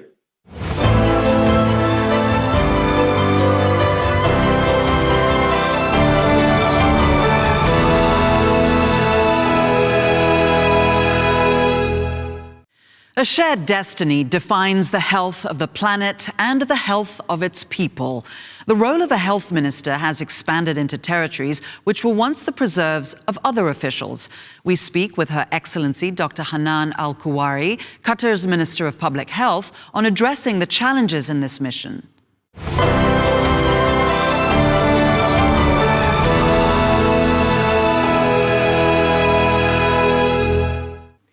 We are here with Her Excellency Dr. Hanan Al-Kuwari, the Minister of Public Health for the state of Qatar. Thank you so much for joining us. Now, I want to ask you about a question that's been in the news. Have you seen any evidence to suggest that the source of coronavirus, COVID-19, was a lab leak? There has been a thorough investigation done by the WHO, and that investigation does not indicate that it is a lab leak. So we will see. There's another phase of investigation. So we will see more as we proceed. Now, Qatar purchased Pfizer vaccine, Moderna vaccine. Those were some of the first vaccines to roll out quite quickly. Why target those vaccines specifically back in the fall when you kind of struck those deals? Yes. Well, from the onset of the pandemic, it was very clear that for us to get out of the pandemic, we need to vaccinate our population, and there needs to be a global drive to vaccinate. So His Highness was very clear in his direction. He asked us to make sure that we provide or procure the most effective and safe vaccines. So we did a thorough study of the vaccines that were available. At that time, they were still at clinical trials. And we found that Pfizer and Moderna were both promising, as well as AstraZeneca. And we sort of bet on these. And we worked very closely with the pharmaceutical companies that produce these. And we were able to secure enough quantities to support our population and to drive global and to support the global drive on vaccination. Yeah, it's interesting because those mRNA vaccines turned out to come out with the highest sort of effectiveness. So it seems like a lucky or a smart bet. Let me put it that exactly. way. It was a smart bet, and it's also an indication that the new innovative technologies are really important, and there needs to be a continuous drive to support innovation in the pharmaceutical and medical industries. Yeah, absolutely. Right now, there are restrictions that are targeted to unvaccinated members of the population, whereas vaccinated members can do a bit more. How long do you see that persisting? Well, as long as globally the level of vaccination has not reached the level where we can say that the virus has been suppressed, it will be important to protect the communities, whether it is by imposing restrictions or whether by imposing additional tests. And testing is a very safe way of opening businesses when you have areas that are unvaccinated. So with vaccination, that reduces the needs for continuous testing. But with unvaccinated population, it is really important to continue to test at such regular intervals. I guess will you end that when you reach herd immunity, perhaps? Yes. Okay. Well, we hope so, because we have the evidence now that the vaccination does reduce significantly the spread of the virus. However, it does not totally reduce the spread of the virus. So what it will look like after, in terms of testing, global testing policies, post-global herd immunity, is still something that is being worked on. But we're very optimistic that, inshallah, with most countries reaching a sufficient level of vaccination, we will see less and less testing, less and less restrictions, and more opening up of countries and economies. I want to ask you a slightly different question. You've had a very important role during this crisis, and you happen to be the only woman on the Qatar Council of Ministers. What initiatives are you getting behind? What are you pushing? Are you championing right now to improve the rights of women, the standing of women in a country that is admittedly has a patriarchal system? Yes. Well, for starters, I must say that His Highness Sheikh Tamim bin Hamad and His Highness the Emir Father, Sheikh Hamad bin Tamim, Hamad bin Khalifa, have been the biggest supporters of women and women's education, empowerment in Qatar. As you can see, Qatar has one of the largest number of educated women. There are more women graduating from universities than men. There are women working in very important sectors across the country. And including yourself, including myself, indeed. And Her Highness Sheikha Moza, Her Excellency Sheikha Hind, and very strong, powerful women across the country. And also, don't forget, as a health sector, the majority of the health workforce are women. They're nurses, they're doctors, they're lab technicians. So I feel in very great company from top to bottom. Fair. But anything specific you're pushing, like an agenda item that you want to see? Well, in terms of empowering women, the rights of children, the rights of people with special needs, these are very important agendas that are discussed regularly in cabinet and at the Cabinet of Ministers. And these are important agendas for me as well. Dr. Hanan Al-Kuwari, thank you so much for joining us. Dr. Hanan Al-Kuwari, the Minister of Public Health in the state of Qatar.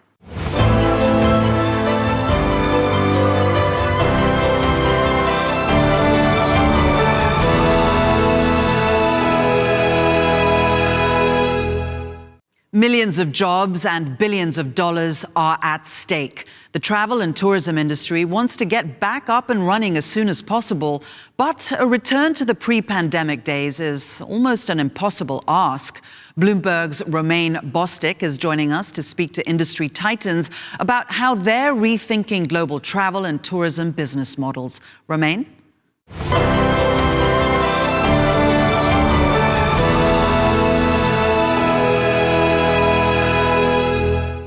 Yeah, we really have to thank everyone here for this economic forum. This economic forum continuing here right now with a great discussion about the future of travel and tourism worldwide. With us right now, of course, a wonderful lineup of folks here. Tony Capuano, of course, CEO of Marriott International, joining us right now. Jane Sun, Trip.com CEO, and Rita Marquez, Secretary of State of Tourism, one of the most beautiful countries in the world over there in Portugal. Let's start with you, Tony, here.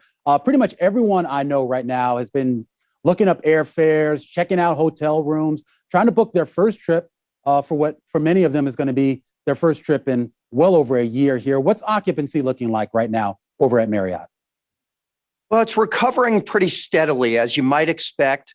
It varies fairly significantly from city to city, from country to country. But right now we stand on a global basis just a shade under 50%.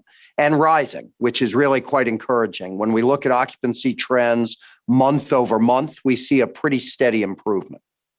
Is this primarily leisure travelers that you're seeing right now, Tony? In many parts of the world, yes. Here in the US, for instance, the recovery is disproportionately being led by leisure travel.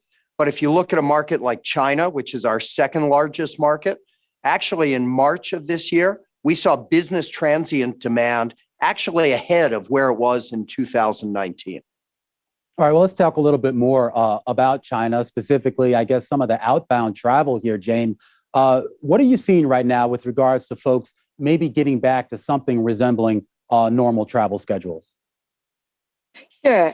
In China, because of the effective control of the virus, the domestic travel piece has grown very significantly. As Tony said, not only the leisure travel, but also the business travel have rebounded very solidly. In the past couple of holidays, including the Labor Day weekend and Dragon Boat Festival, we have seen double-digit growth in both hotel and airlines. In the highest day, we have hotel volume growth for 70% year-over-year growth compared to 2019 pre-COVID. For air ticket, we grew about 30% year-over-year on the highest day, and rental cars 300% year-over-year. So we're very excited for the recovery in China market.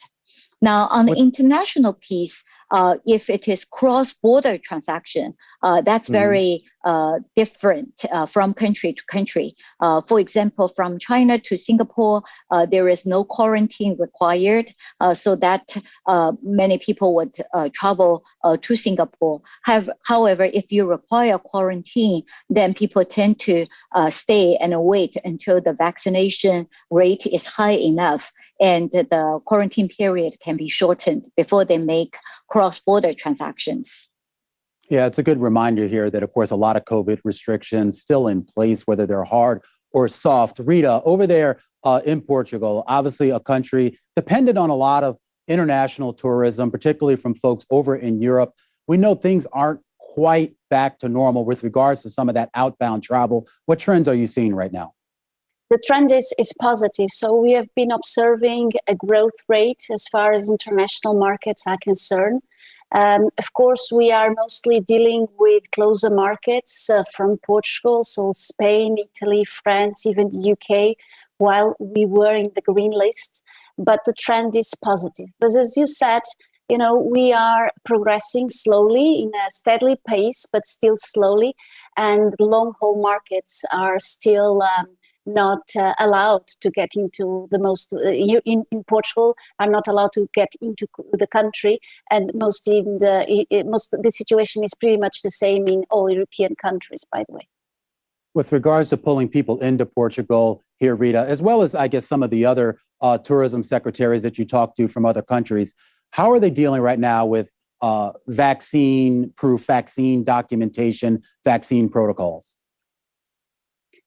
Well, as you may know, Portugal has now the European presidency, the European Council. And so we have been working very, very hard with other European countries in order to harmonize rules. But not only harmonize rules, and it's not only a question of harmonizing the rules and having everybody, working with the same agenda. It's also tackling the certificate, the European COVID certificate. So we are now moving steadily in trying to execute the recommendations and even the legislation that has been recently approved by the European Union. So I guess that as from July the 1st, most of the European countries will have this certificate ready.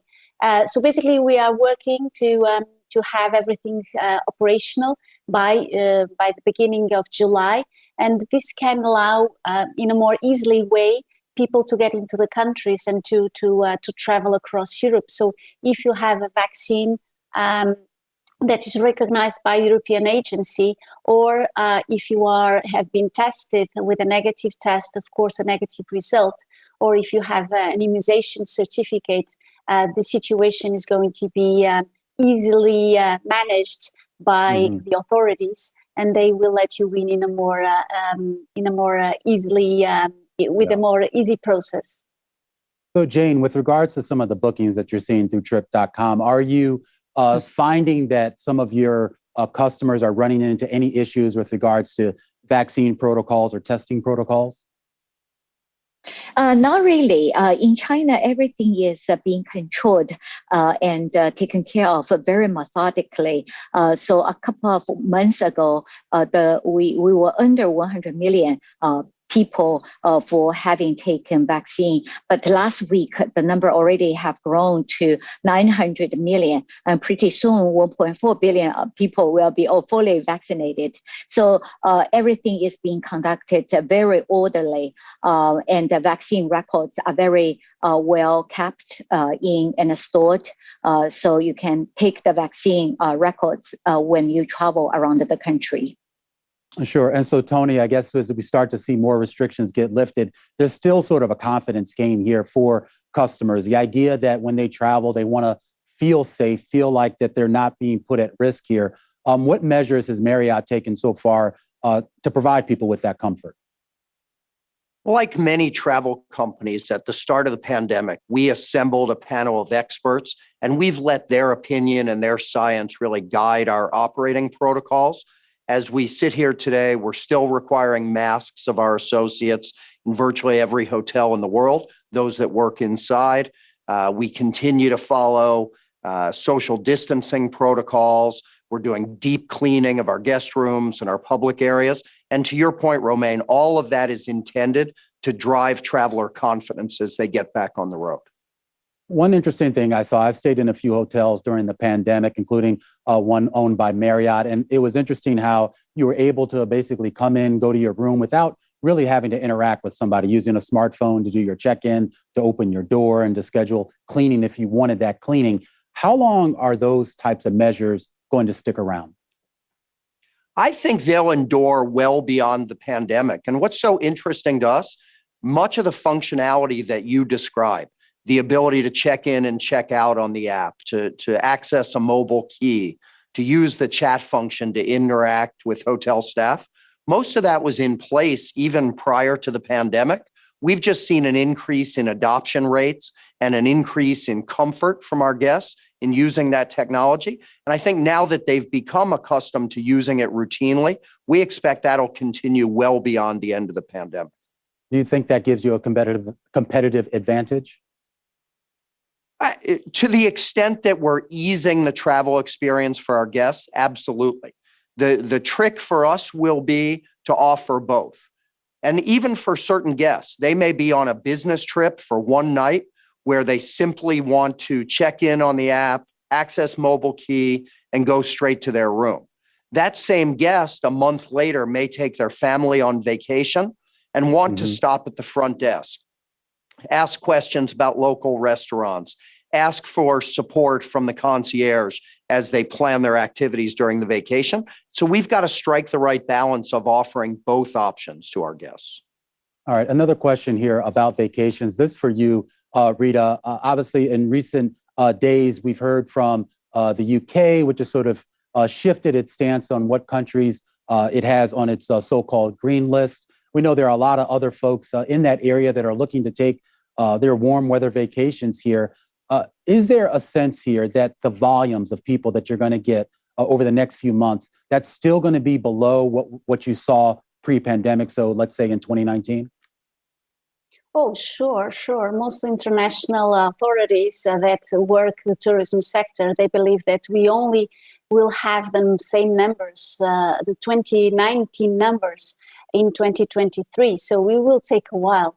So we've been discussing we've been discussing all the measures implemented by hotels, by the governments, by the tour operators. But as you said in the beginning, we need to foster confidence, and it will take a while till we get the numbers we had 2 years ago pre-pandemic.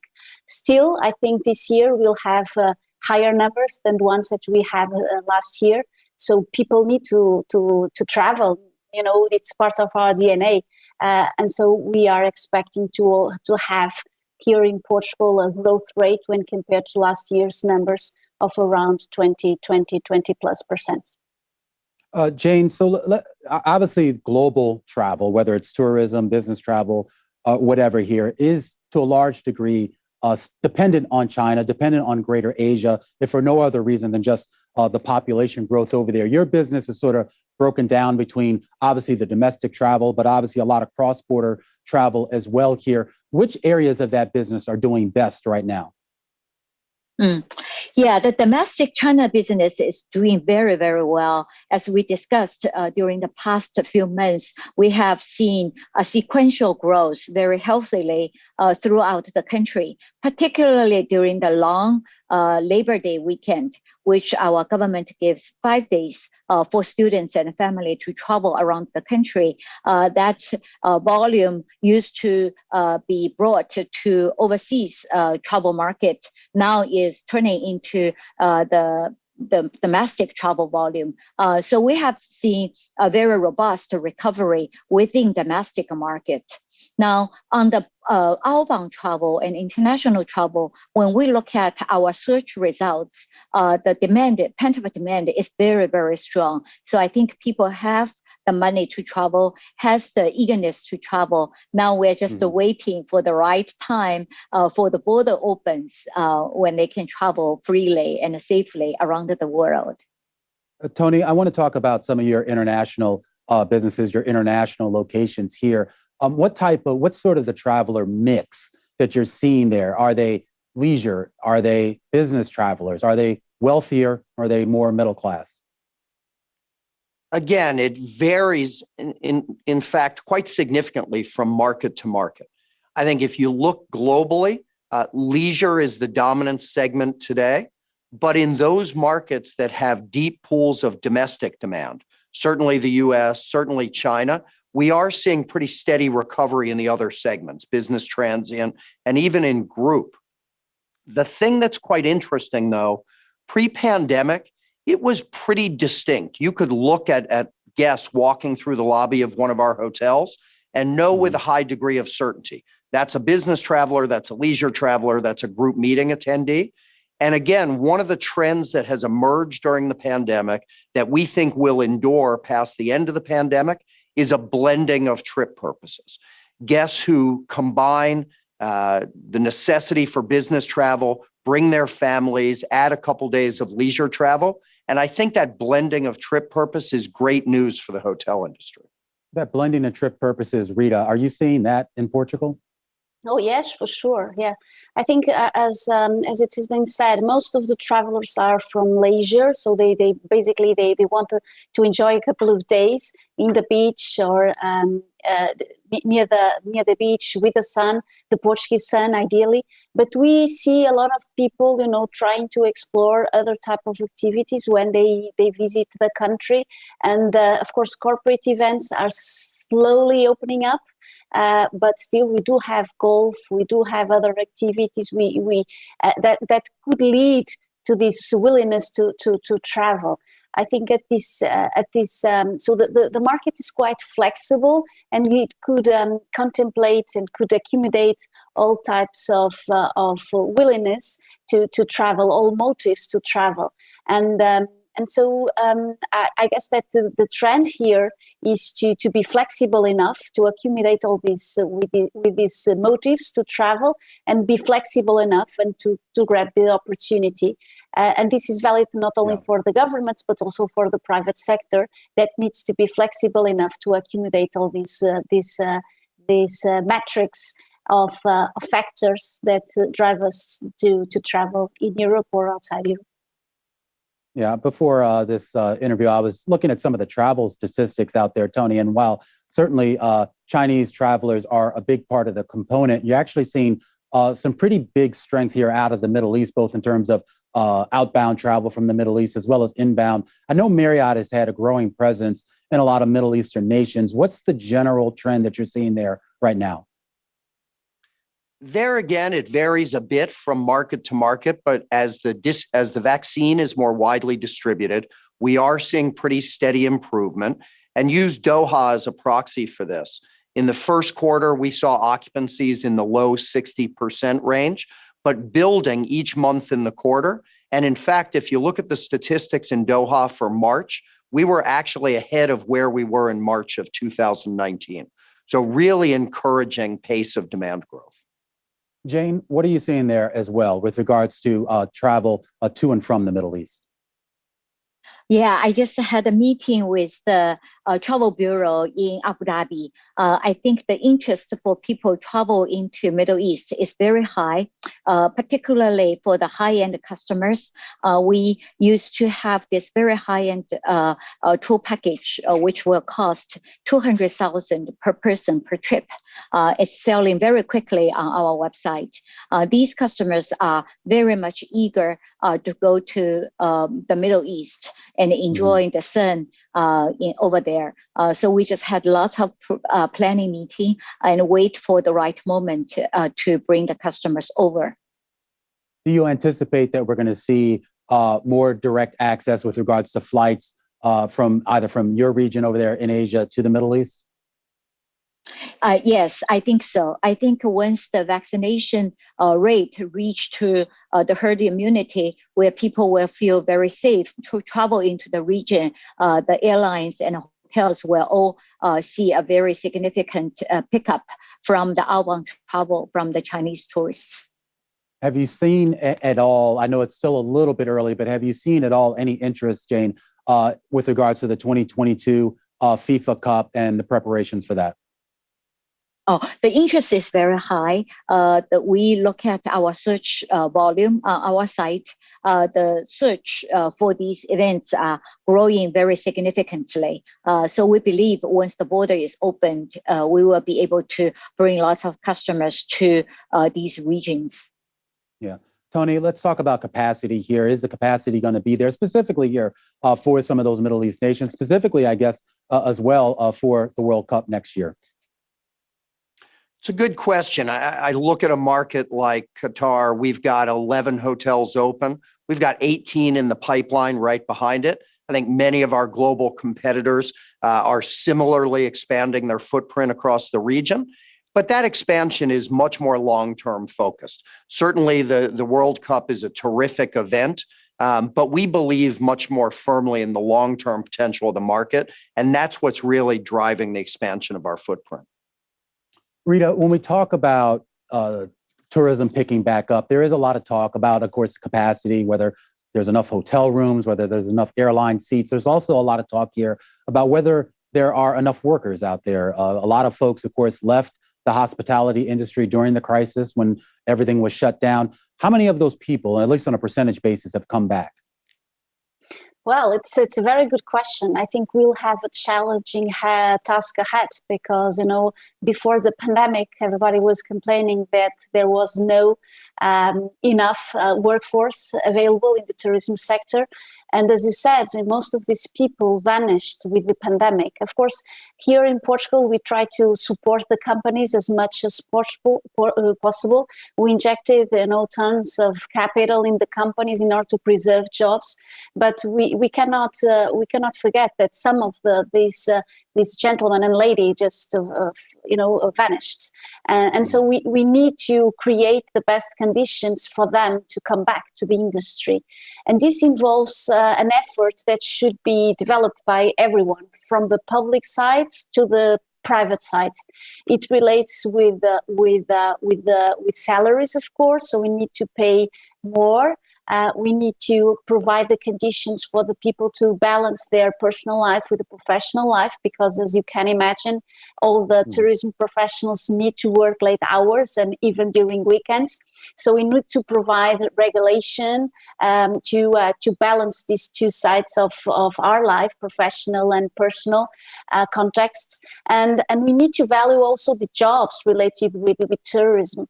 Here in Europe, in Portugal, we have been providing training, massive training, in order for the people to be able to respond to these innovation trends that Tony just pointed out a couple of minutes ago. So we see this pandemic also as an opportunity to increase our value proposition. And so we need to guarantee that all these professionals are sufficiently motivated to address these challenges and to provide a better service. So yes, so there are a lot of challenges ahead in order to create talent and to retain talent in the industry. Are there immigration issues, travel restriction issues that you have to deal with right now with regards to the hospitality workers? I think I think it's happening everywhere. So tourism industry is quite open. In fact, when we travel, we look for diversity. We try to explore diversity. That's one of the trends, or one of the motives why we travel. And this implies that people in the industry are very welcome are welcoming hiring people from other parts of the world, right?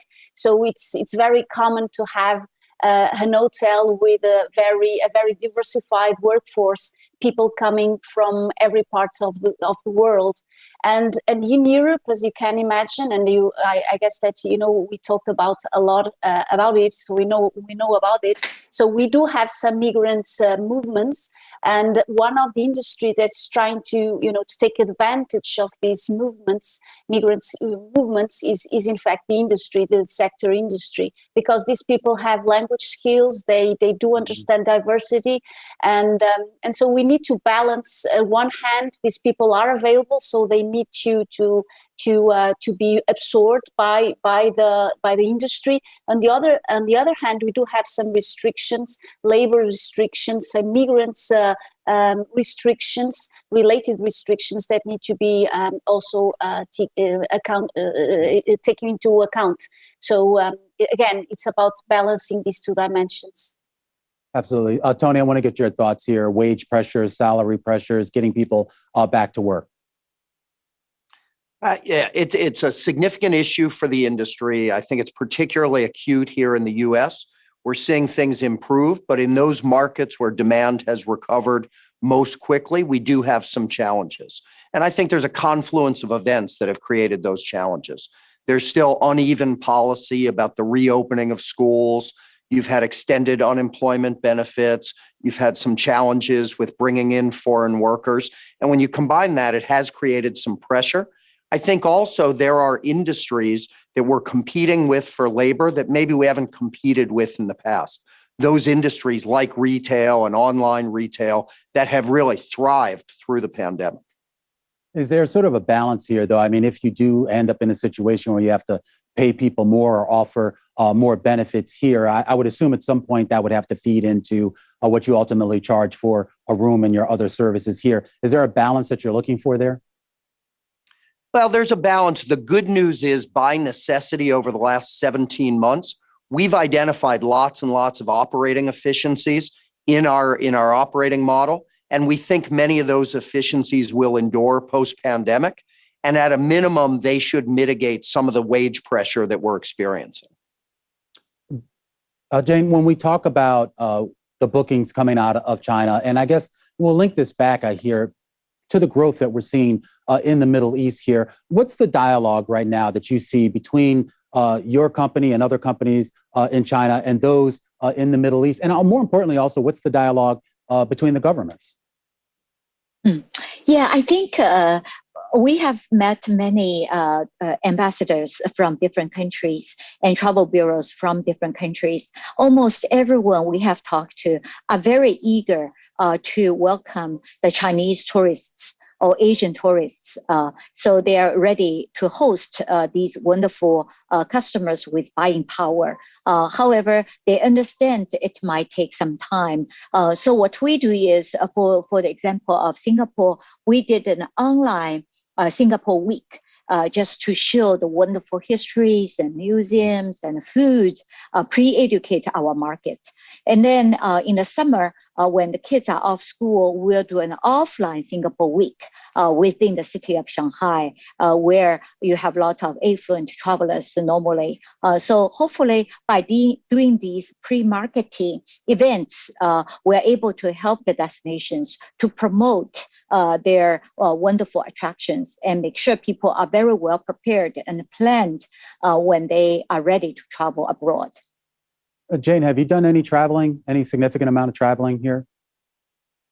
I came back to China in March of 2020, and I have done lots of travel within China, but not abroad.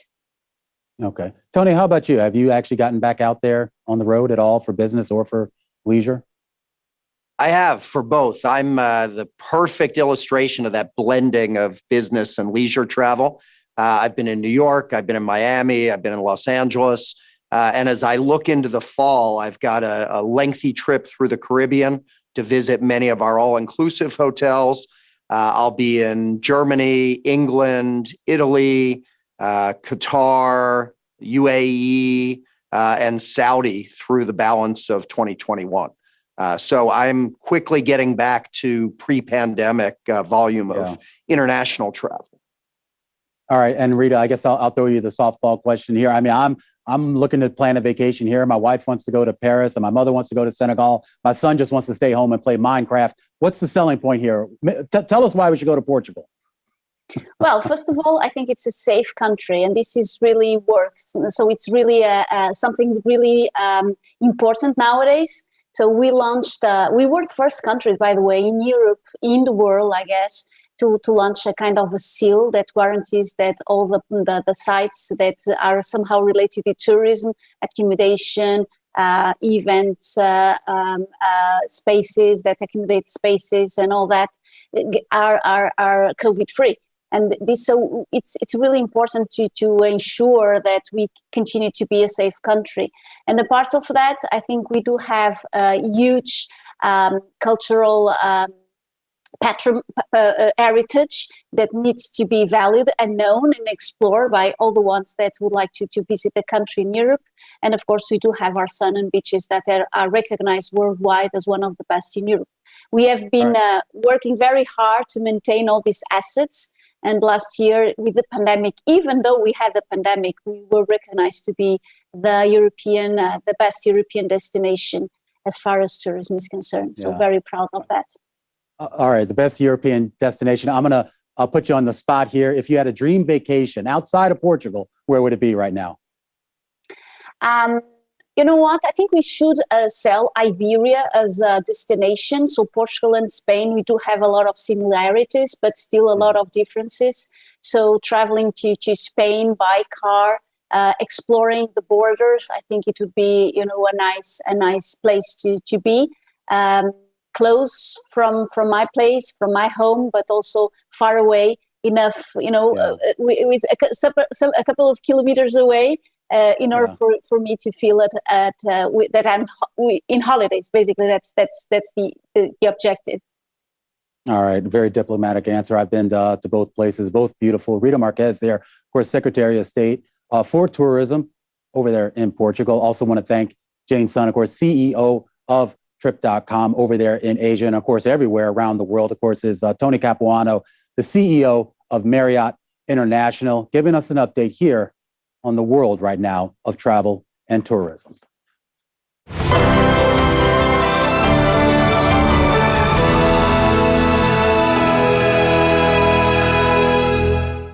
Joining me now is Sylvestre Radegond, the Minister of Foreign Affairs and Tourism for the Republic of Seychelles. Thank you so much for being with us on this program.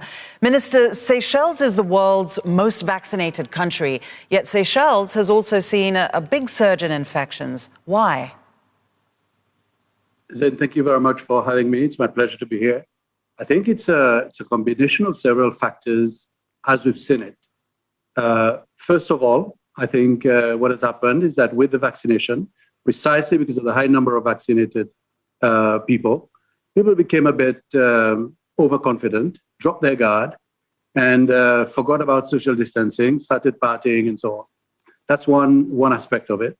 And the other one, I believe, is that because of the cautiousness of government, we wanted to ensure that the spread of COVID within the community was limited, controlled.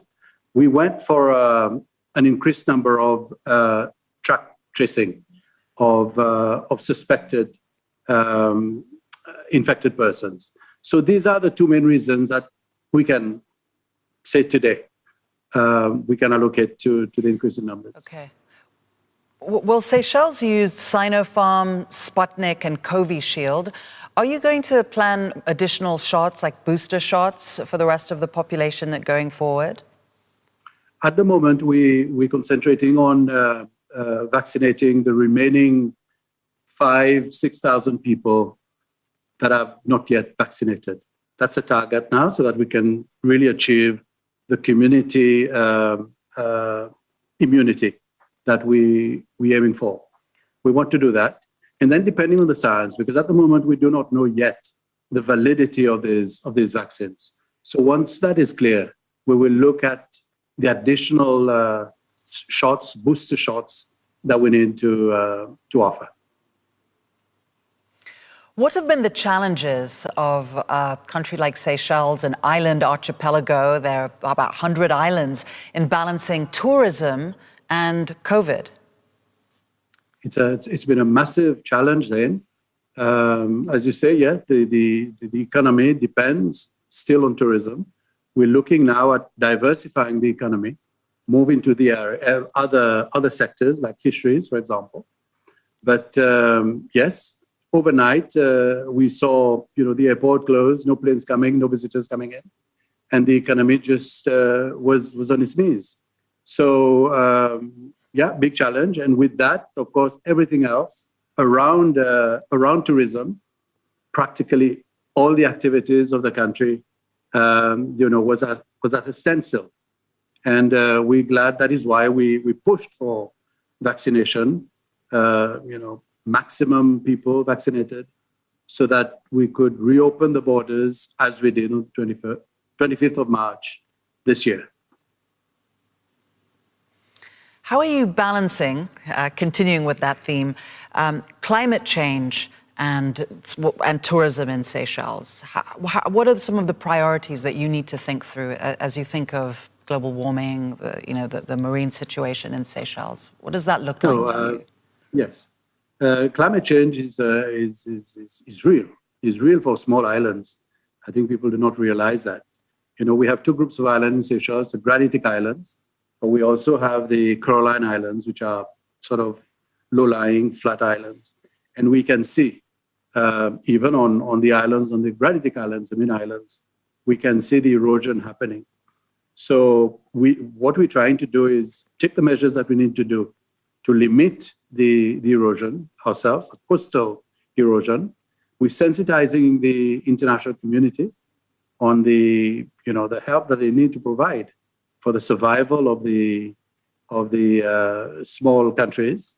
And we hope that the world will hear us because it's our very survival. With tourism, this is the message that we send out to tourists, and maybe it's because it's one of our marketing taglines. Tourists are flocking to Seychelles precisely because of the pristine environment that we have. We would try and protect the environment, and we hope that this is working and will continue to work for us. Well, your beaches are certainly some of the most spectacular in the world. I hope to be there soon one day. Thank you so much for joining us. Sylvestre Radegond, the Minister for Foreign Affairs and Tourism, speaking to us from the Republic of Seychelles. Thank you so much. Thank you very much, Zin. Look forward to welcoming you to our shores.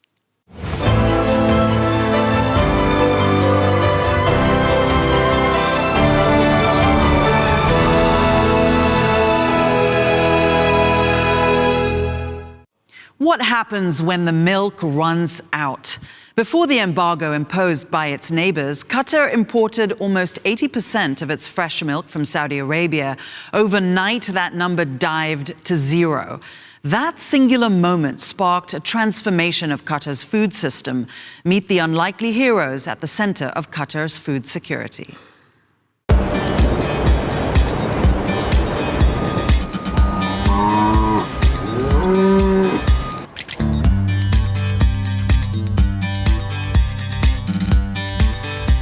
All our products used to come from the neighboring country, from Saudi Arabia, from UAE.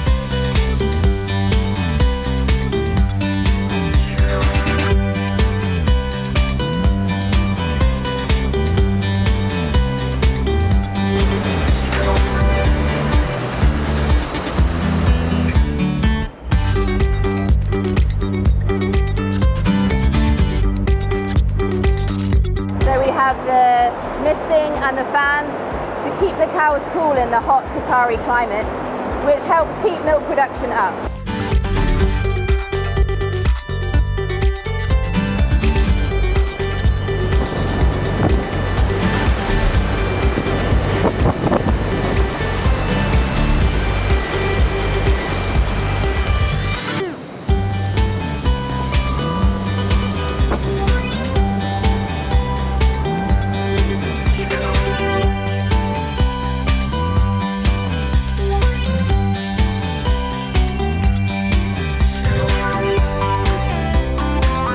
Start very soon in growing our own crops in Qatar. In parallel, we're looking at expanding this crops business in Europe.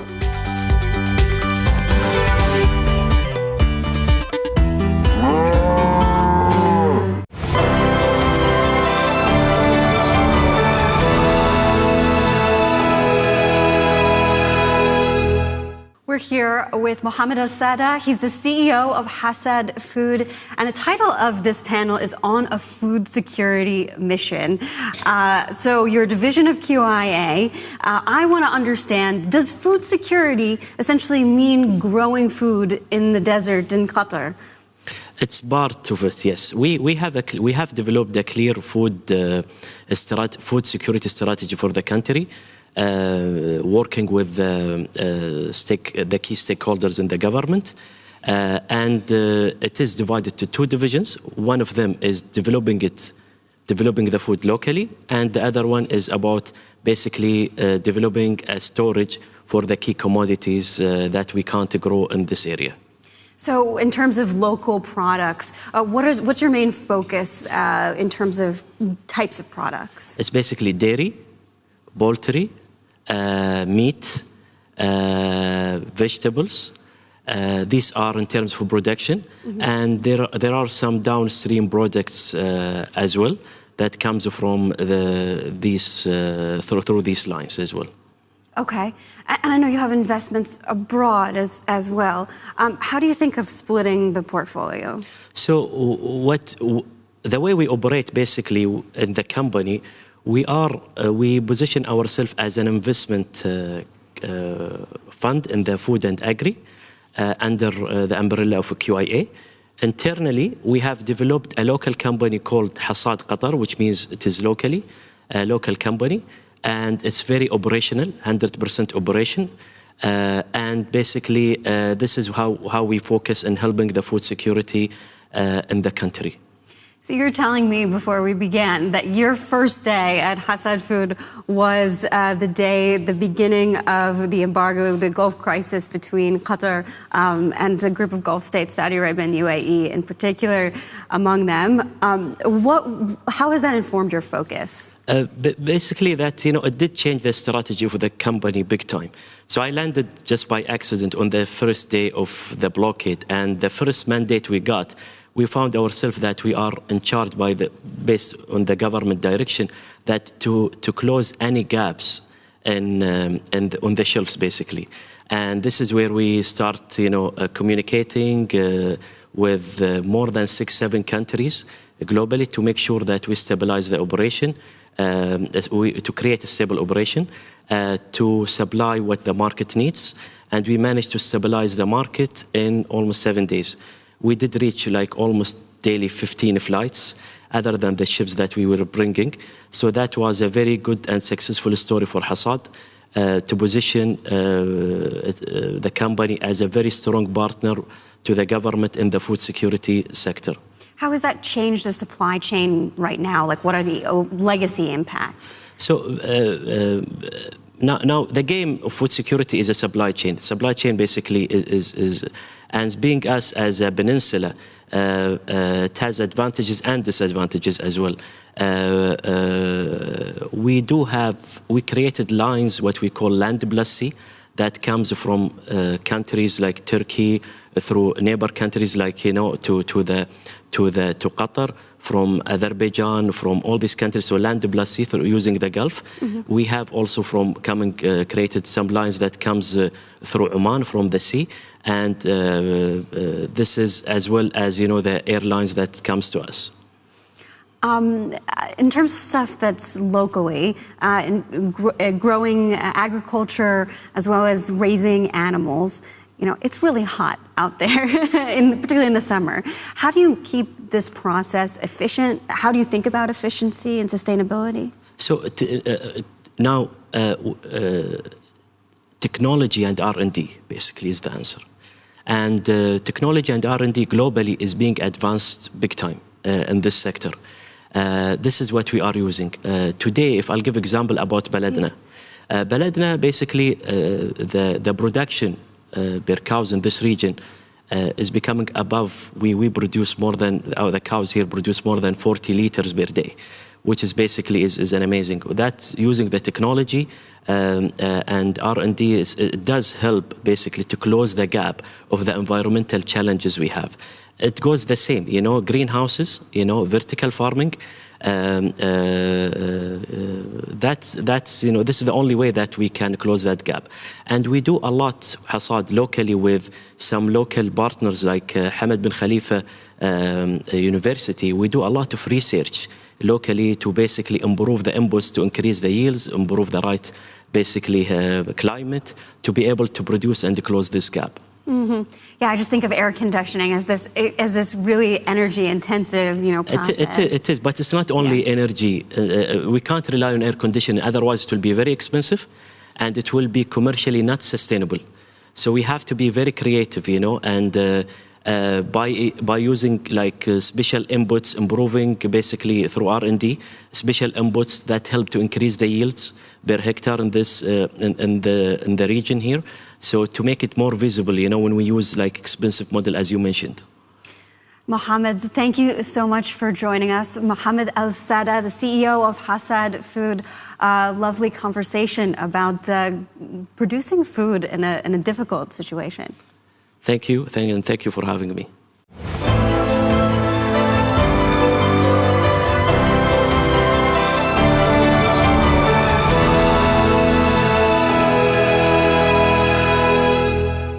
From Georgia to Senegal, leaders have one word on their minds: recovery. Find out what economic plans these heads of state will pursue.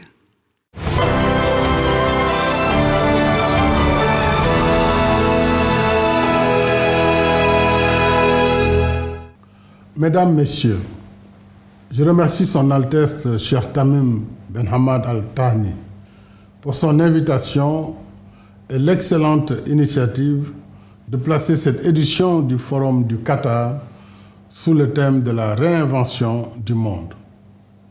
La pandémie Covid-19 nous oblige en effet à réinventer notre présent et notre futur, tant elle a sapé les fondements de notre mode de vie.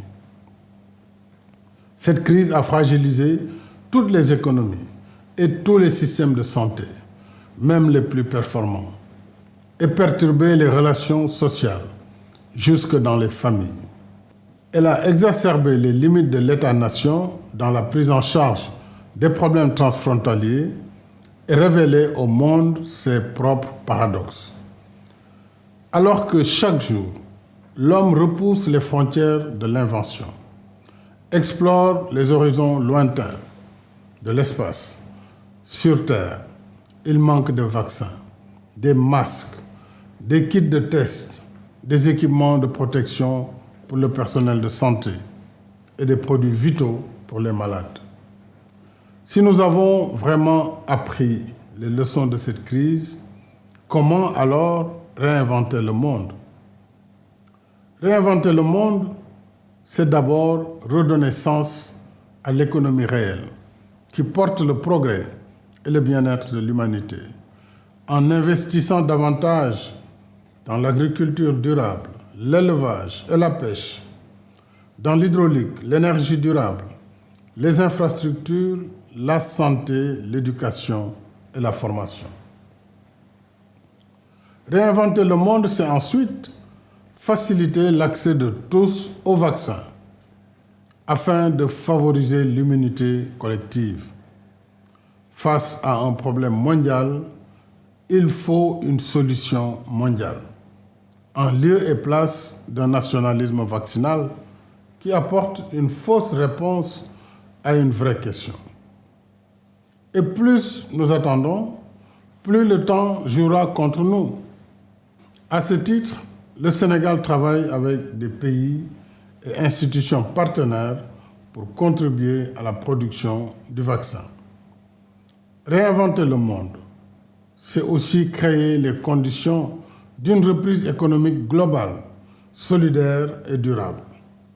Nous le ferons en agissant sur les leviers du traitement de la dette, des droits de tirage spéciaux et de l'assouplissement des règles d'accès au crédit pour répondre aux besoins de financement des économies vulnérables.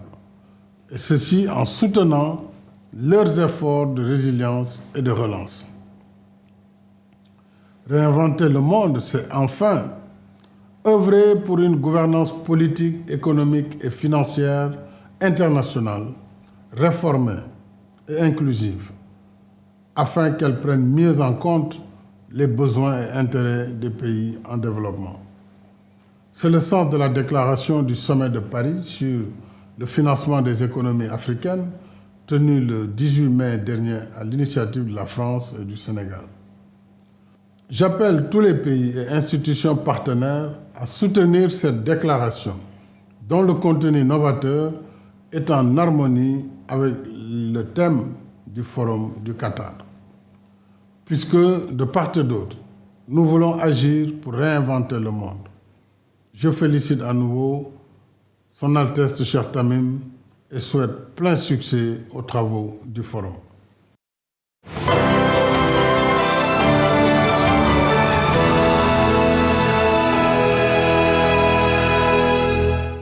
First of all, I'd like to thank His Highness Sheikh Tamim bin Hamad Al Thani, Emir of the State of Qatar, for inaugurating such a global idea.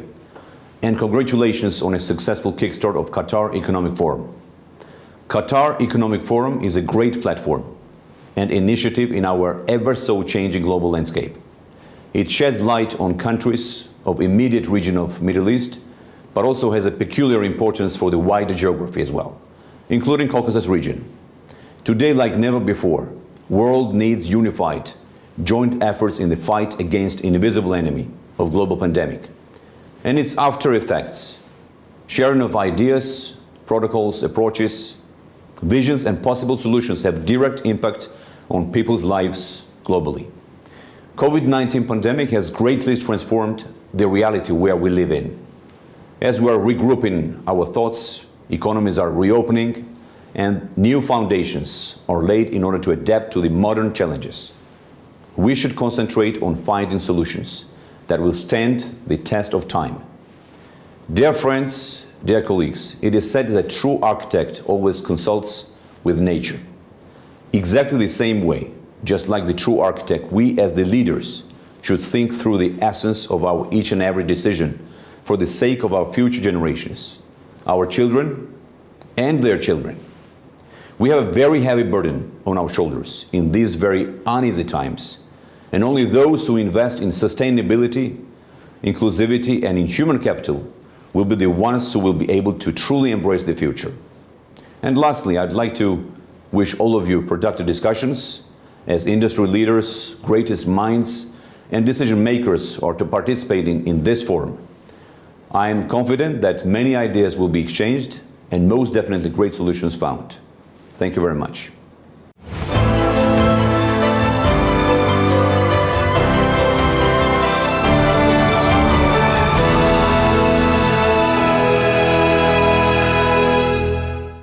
I'll see you in 90 minutes for our next session, Markets and Investing. Please connect to us on social media at Bloomberg Live, #Qatar Economic Forum. We'd really love to hear from you.